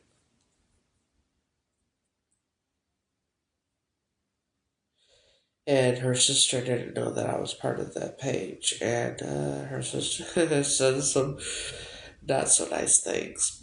And I went on there and I explained myself. I just want to know who I am. I'm not trying to hurt anybody. I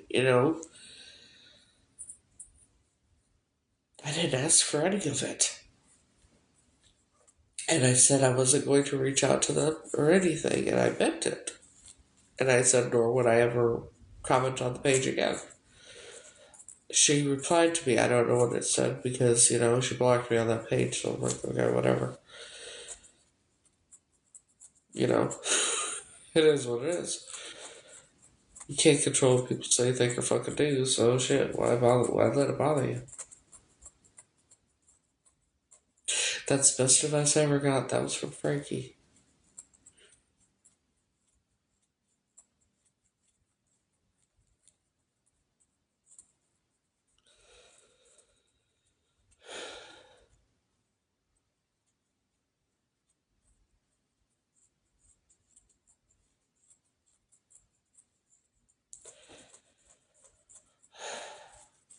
The one person I trust in this entire world.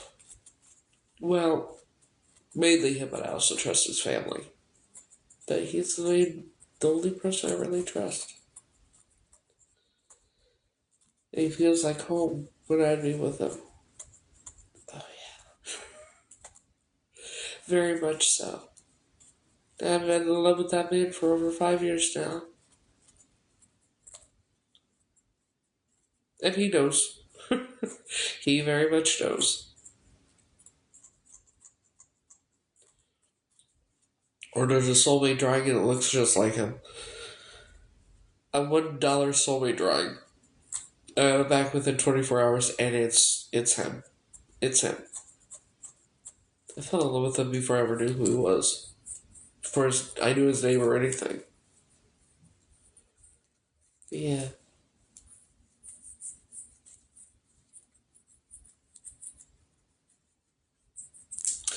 And the best gift I ever got was that video from Wings and Wishes 2022. After his performance and everything.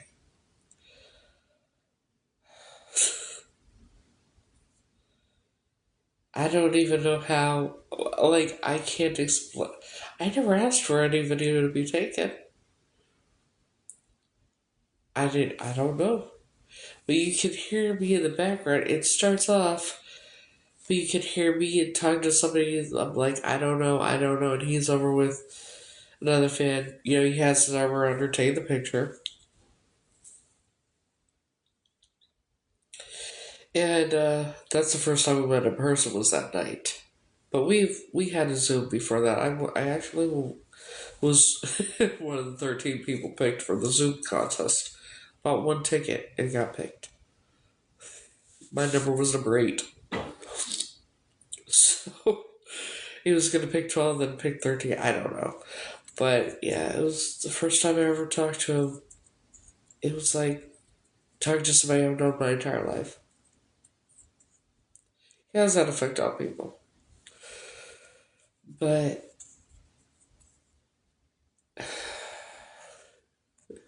hey, but yeah.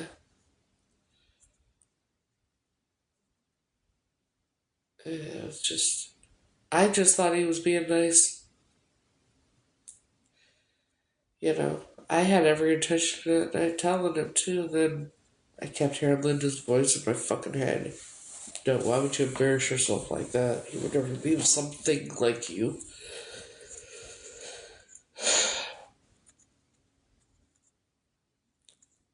So I didn't tell him. But I'll tell you what, that video is the best gift I've ever gotten. And I cherish every time I get to spend, every moment I get to spend with him. When I get to. Which is, you know. But man, come on, you gotta come tell me how you feel, you know? That's what, like, you can. It's been 5 fucking years, you know? Shit.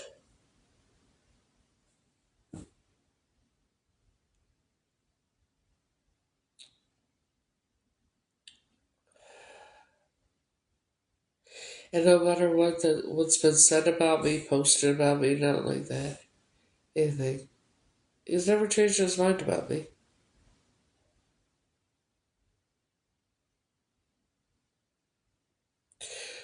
And I've never had anybody that touchy-feely with me that I wasn't dating. You know, Prince Charming and Knight in Shining Armor all wrapped into one. Imperfectly perfect, or is it perfectly imperfect? I don't know. It's one of the two.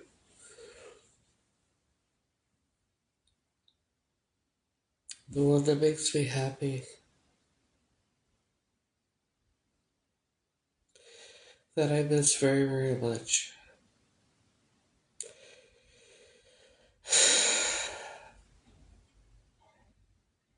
And the one person I need to see more than anything. One person I need to see.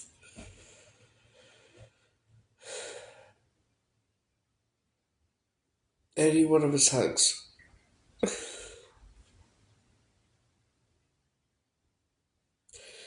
The only time I ever felt like where I was right where I was supposed to be, where I was supposed to be was with him.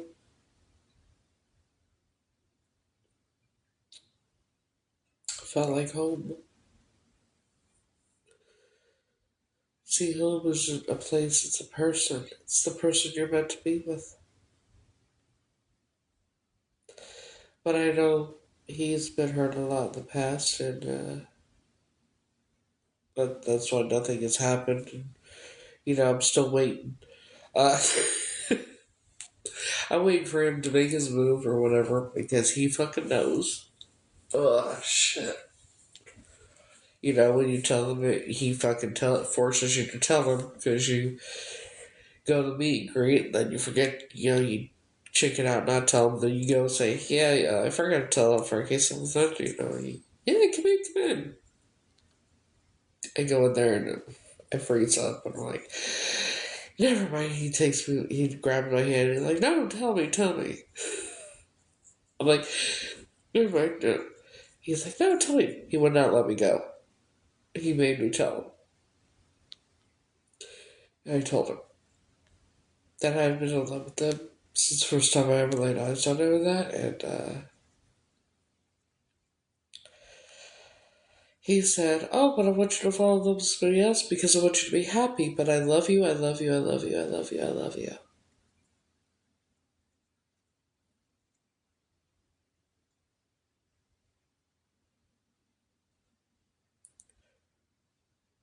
That was the response I got. And that was in April of 2023. Shit. 3 years later, almost. But of course, when I walked in the room, he's like, "Oh my God, you look so good for living near your car. I never looked that? How do you look so good for living near your car? I never looked that good when I lived in my car. I just clean up well." Yeah, that was my response. I just clean up well. Fuck. Oh my God.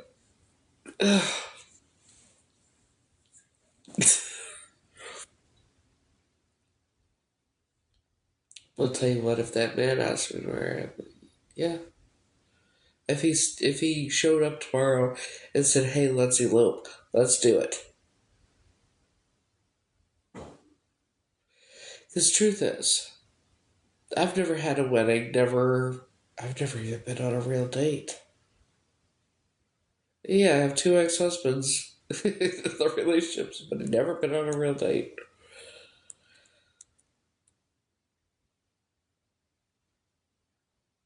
The first time I got married, I was wearing my pajamas. 5 months pregnant. Only knew my ex-husband 2 weeks. I thought he was the knight in shining armor because he got me out of the situation with Nacho, my oldest daughter's father, who was very, very abusive.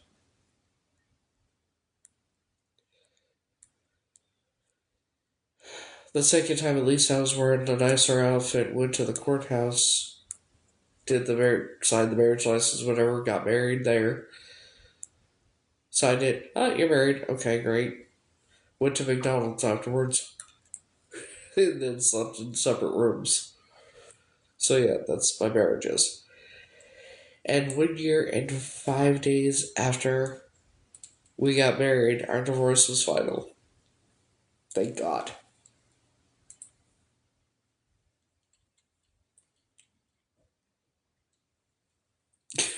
That was the fuck. Lord have mercy.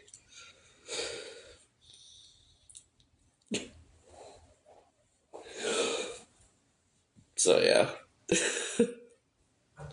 but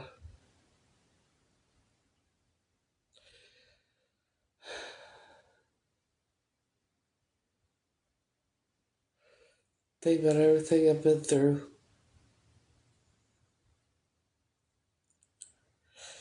Truth is, I wouldn't be where I am right now if it wasn't for Frankie. Yes, I did it, and yes, it took me to do it. But here's the thing: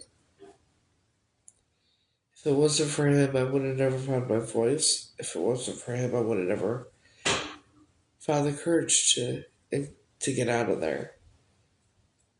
If it wasn't for him, I would have ended up with my dumbass ex. Shit, probably would have gone back to him. But as soon as I laid eyes on him, that was it. Didn't even know his name, and I fell in love with him. Because I saw his heart and his soul.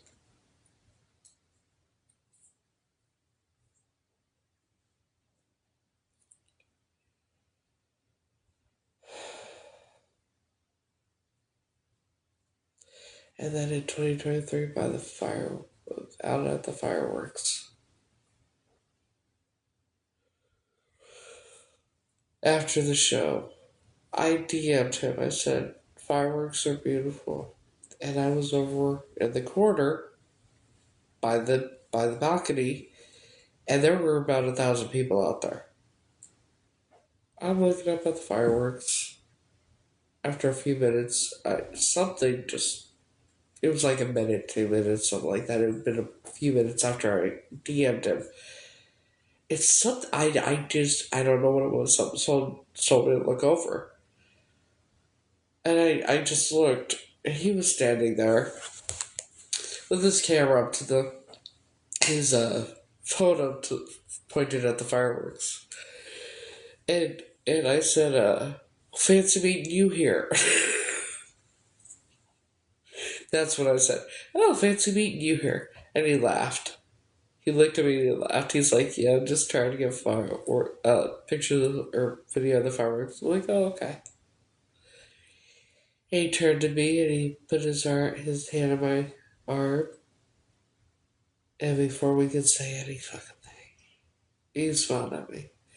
Before we could say anything, somebody came over and said that he had to go do pictures of that. He's like, "Right now?"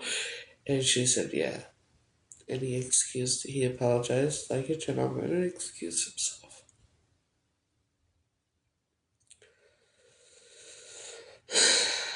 That's the most romance I've ever experienced.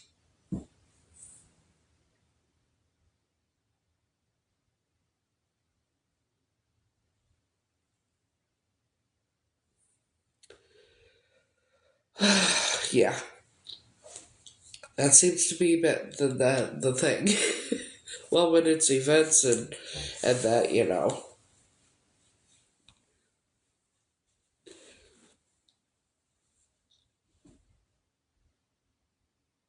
But I'll never forget, after Wings and Wishes 2022, when I was in Florida with one of the, with someone who told me to come out there that I could stay with her. She's one of the fans, or at least was. I don't even know what the fuck happened to her, thank God. But,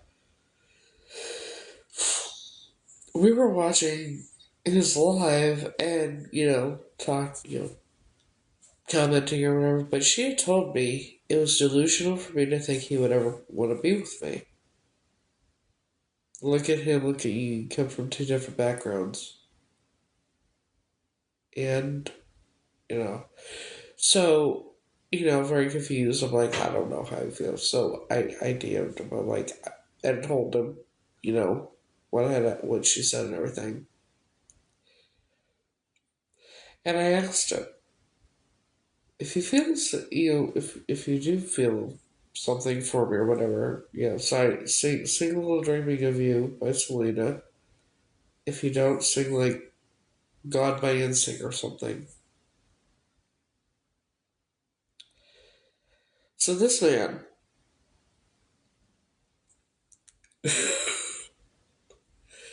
this man comes on the live. He's in a robe. He's wearing a robe. First of all, that's interesting.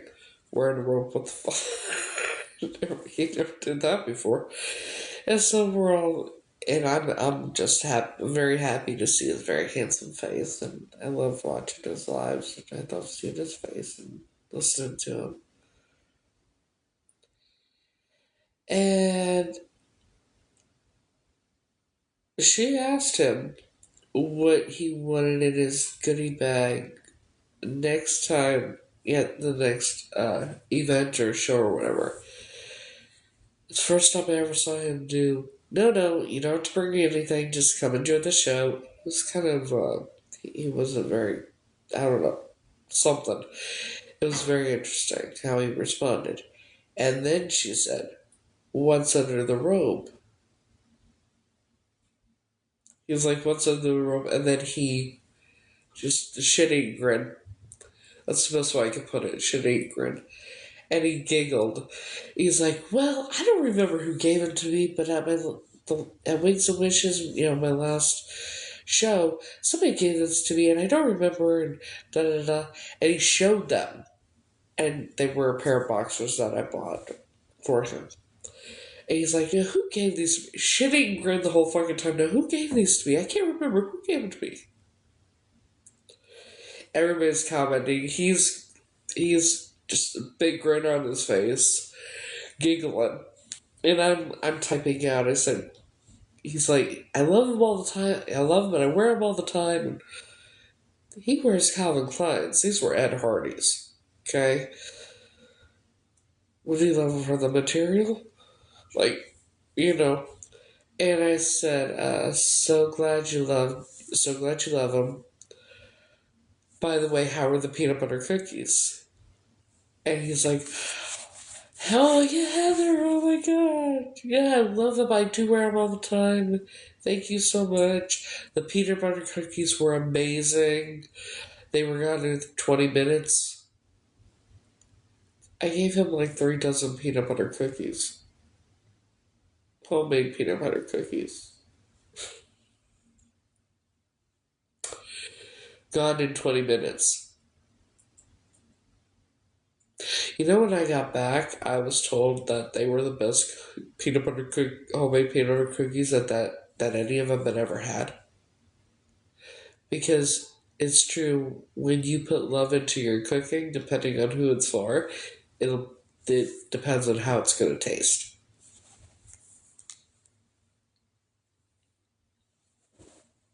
And of course, with him, they would, yeah.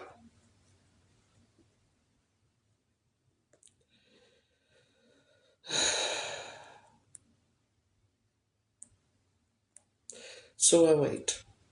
And I wait, and I wait. I did tell the man, if you don't feel the same way, man, just tell me. You can tell me to my face, you can tell me skywrite it, you can call me, you can tell me on a FaceTime, you just tell me. That was in 2023 before Wings and Wishes. And he left me on red.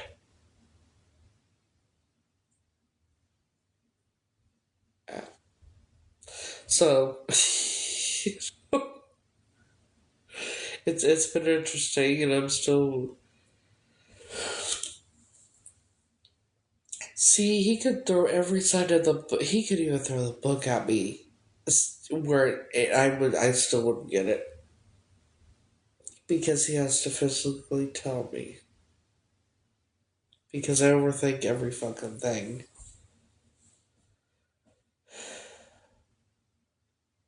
And truth is, I still hear those voices that tell me he would never be with me. You know, sounds something called delusional. Lovesick teenager that he wouldn't be safe alone with me and all this crap. Yeah.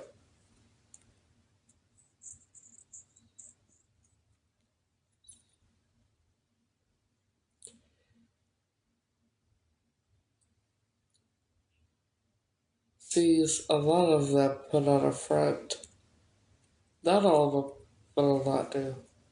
They'll put on a front to him to try and impress him, but think that he doesn't know how they really are. I'm very honest with him because I believe in being honest. So he knows that how that person. That's why I ended up homeless was because of her. And another one, how she used me when I was homeless, when I was trying, when I helped her, because she said she didn't have money for her son's birthday. So I sent her the money. She said she'd pay me back and never did.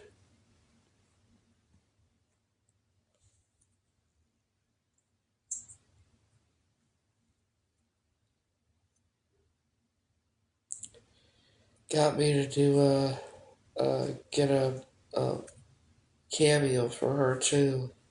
Made me feel bad for her because she didn't go to Vegas. So she made me feel bad for her, and I bought the cameo for her.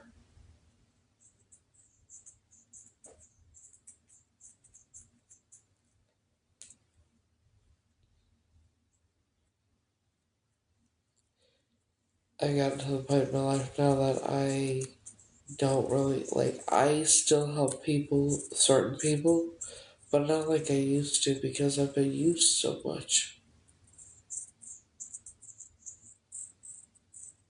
I've been used, or like there's times where I would buy something for someone that I saw was homeless, um, and then they get mad because I didn't get what they wanted. I should have asked them and everything. I was trying to be nice, you know. Um, I've given my I gave my favorite blanket away. I gave one of my coats away. This is when I was homeless.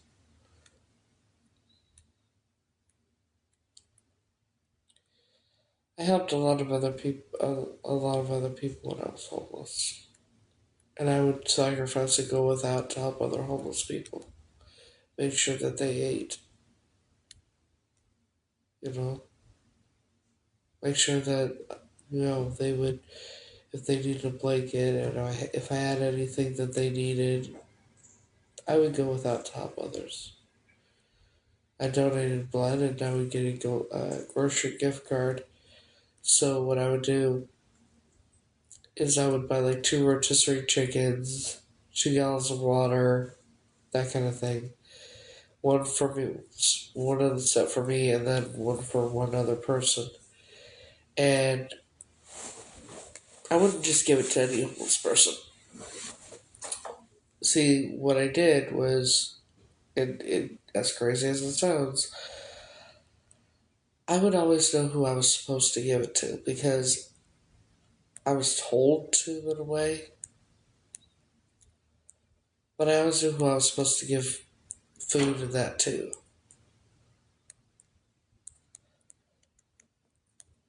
One time I was called an angel. I'll never forget it. I went to go check my mail very early for some fucked up reason I don't even know. But they said it was too early, so I decided, okay, great. I have some money, a little bit of money. I get a Starbucks at least because I was treating myself for I very rarely did that. So I went and I was gonna go to Starbucks. I'm driving and I'm in this lane and then there's a lane next to me and then there's the sidewalk. I don't know how the fuck this happened. I'm driving and all of a sudden I see a woman sleeping on the sidewalk. I felt bad for her, but hopefully she'll be alright. But I keep driving. I pass Burger King.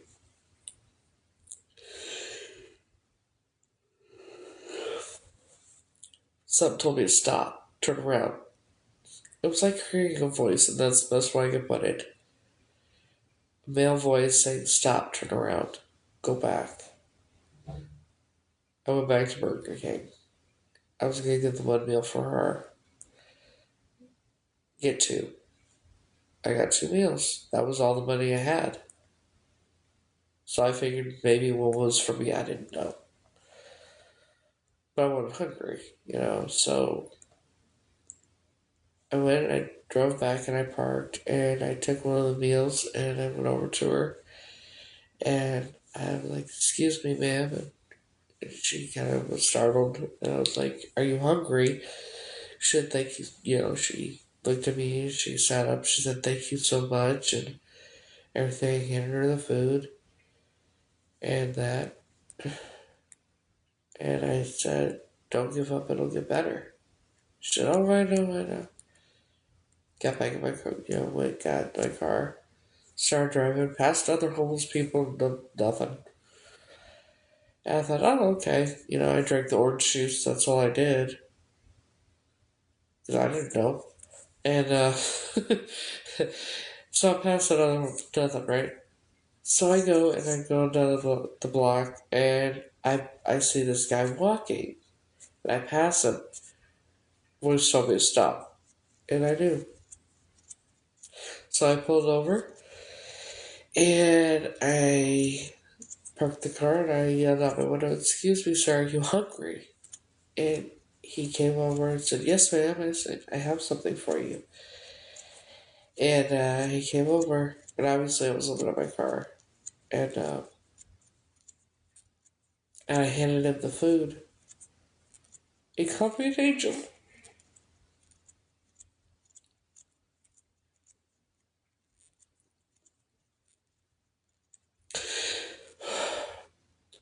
First time anybody called me an angel, shit.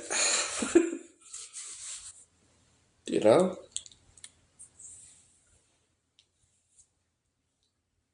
Ugh, shit.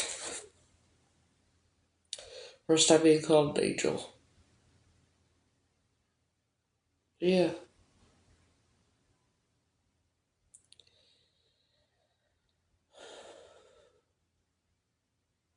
And even when I got groceries and that, like, when I would buy food and that, if I saw, like I said, I would always make sure other people would have food too.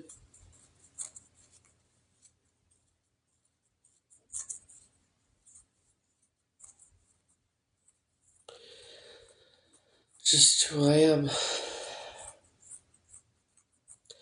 But then here, I got taken advantage of a lot and used and everything else. So now I'm like, Someone who I considered a friend is named Maddie. I opened my home to him. I fed him everything. And he stole from me.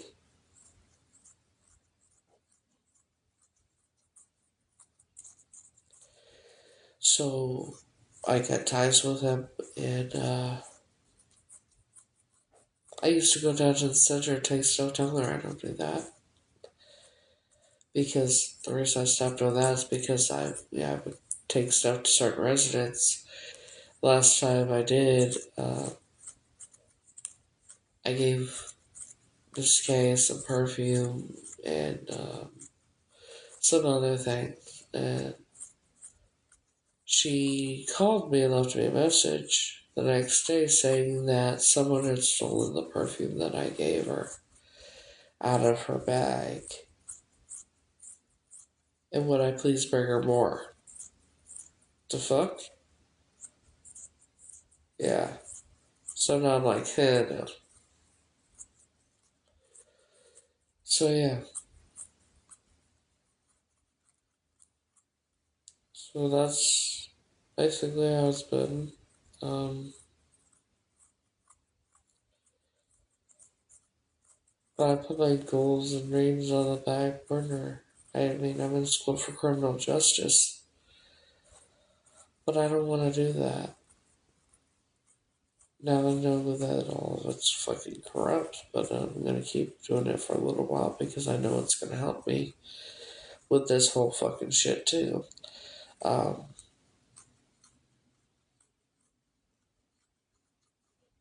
but what I really want to do is, I do want to be in the entertainment business, but if I'm gonna do it, it's gonna be on my terms. My soul ain't for sale, motherfuckers. Not a chance in hell. But I did get an unaliving threat from one of the members in South Africa.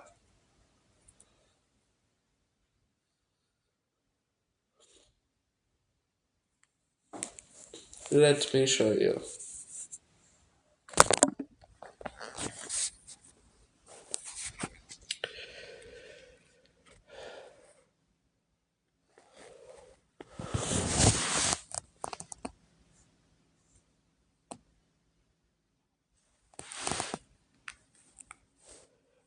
This person here, okay?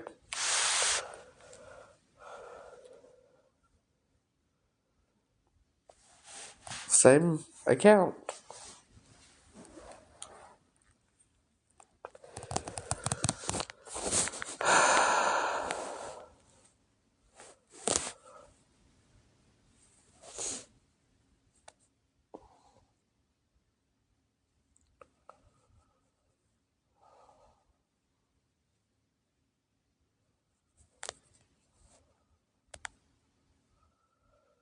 See, I have no fucks to give. I'm not scared of shit. I don't live in fear. I'll tell them where to go, how to get there, and I'll take them there my motherfucking self.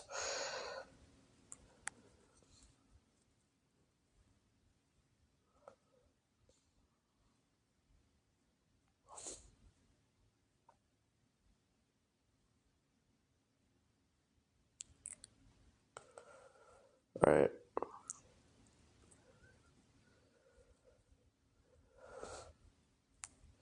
Well, look. What do you know about Heather McCord? Right? That's where it changed once I said this.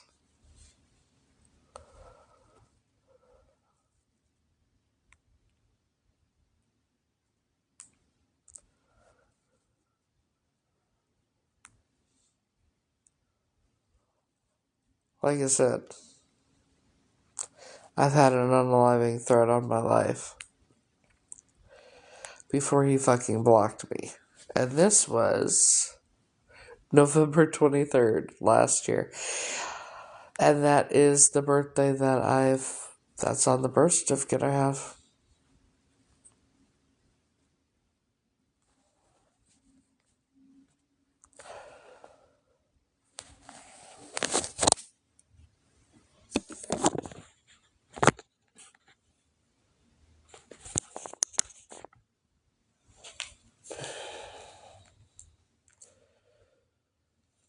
There's that. You know, not like getting a threat on your life.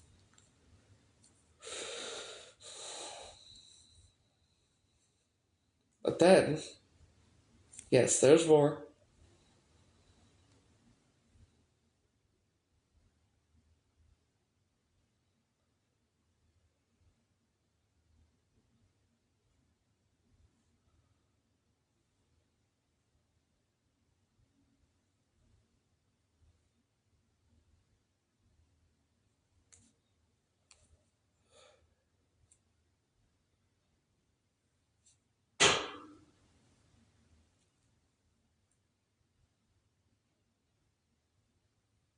Hang on. Look for it.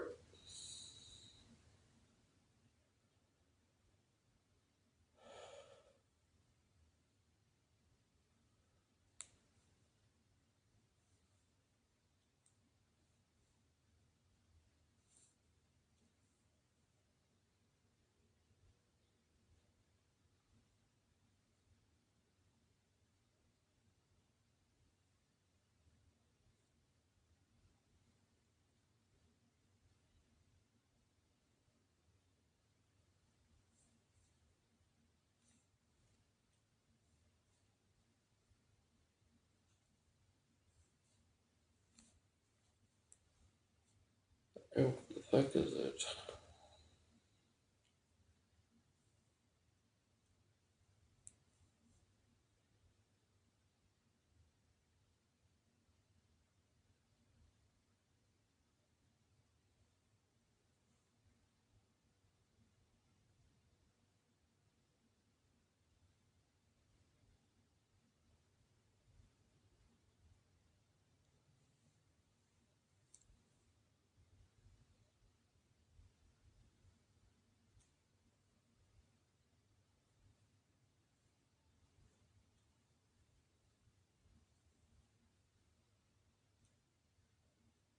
Okay, I'm getting close to it.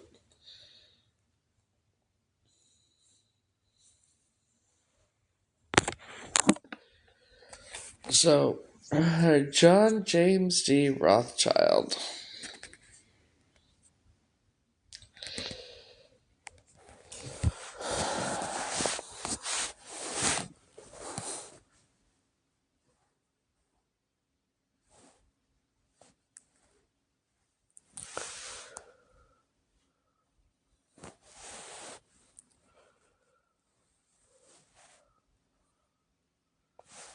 This is the comment he liked.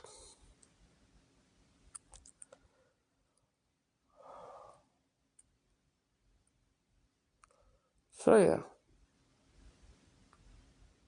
No joke.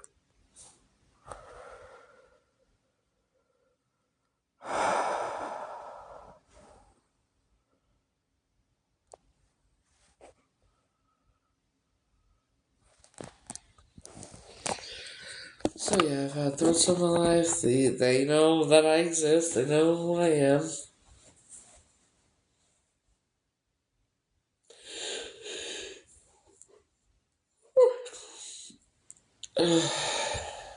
So yeah.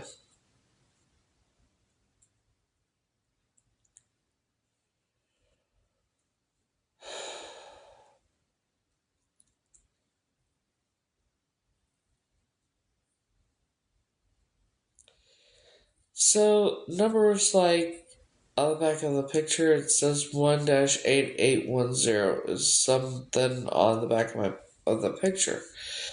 It says conspiracy, Illuminati / Masons. While these groups are not historically associated with using simple 1-8810 codes, conspiracy theorists often suggest that they use numerical markers, catalog agents, or targets. Theorists often argue that secret societies maintain extensive coded archives of individuals. Hidden messages. Some believe that seemingly mundane numbers can be decoded using the numerology such as 23, Enigma, or Law of Five. The birthday they gave me was November 23rd, 1980, born at 11:32 p.m.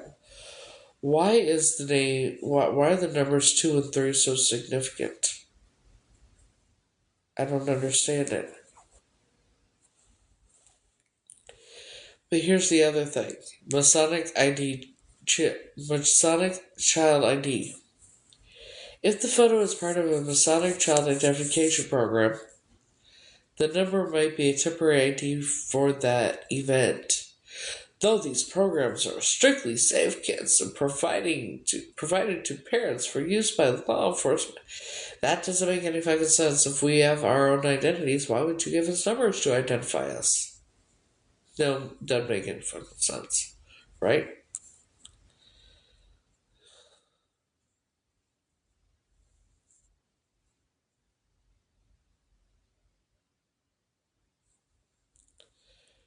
So,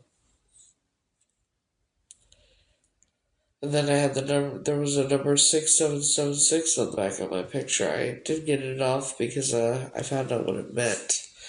It means that someone, when the occult writes 6776 on the back of your picture like that, it means they're tying some sort of negative entity or energy to you. Some sort of entity or energy.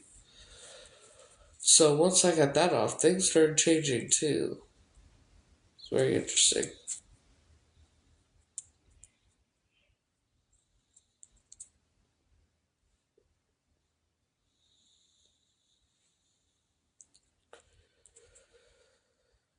So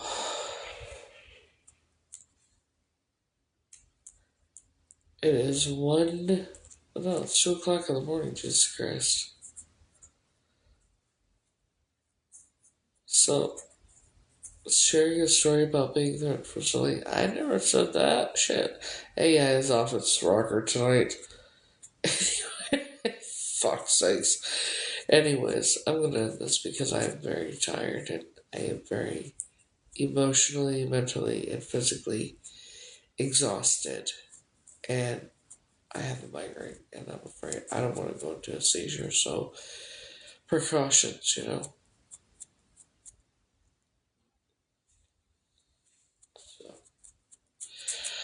hope you all have a great night, great day, whatever time it is where you're at. I am exhausted. I'm going to bed. Uh, have a good one, guys. And until next time, I will see y'all later.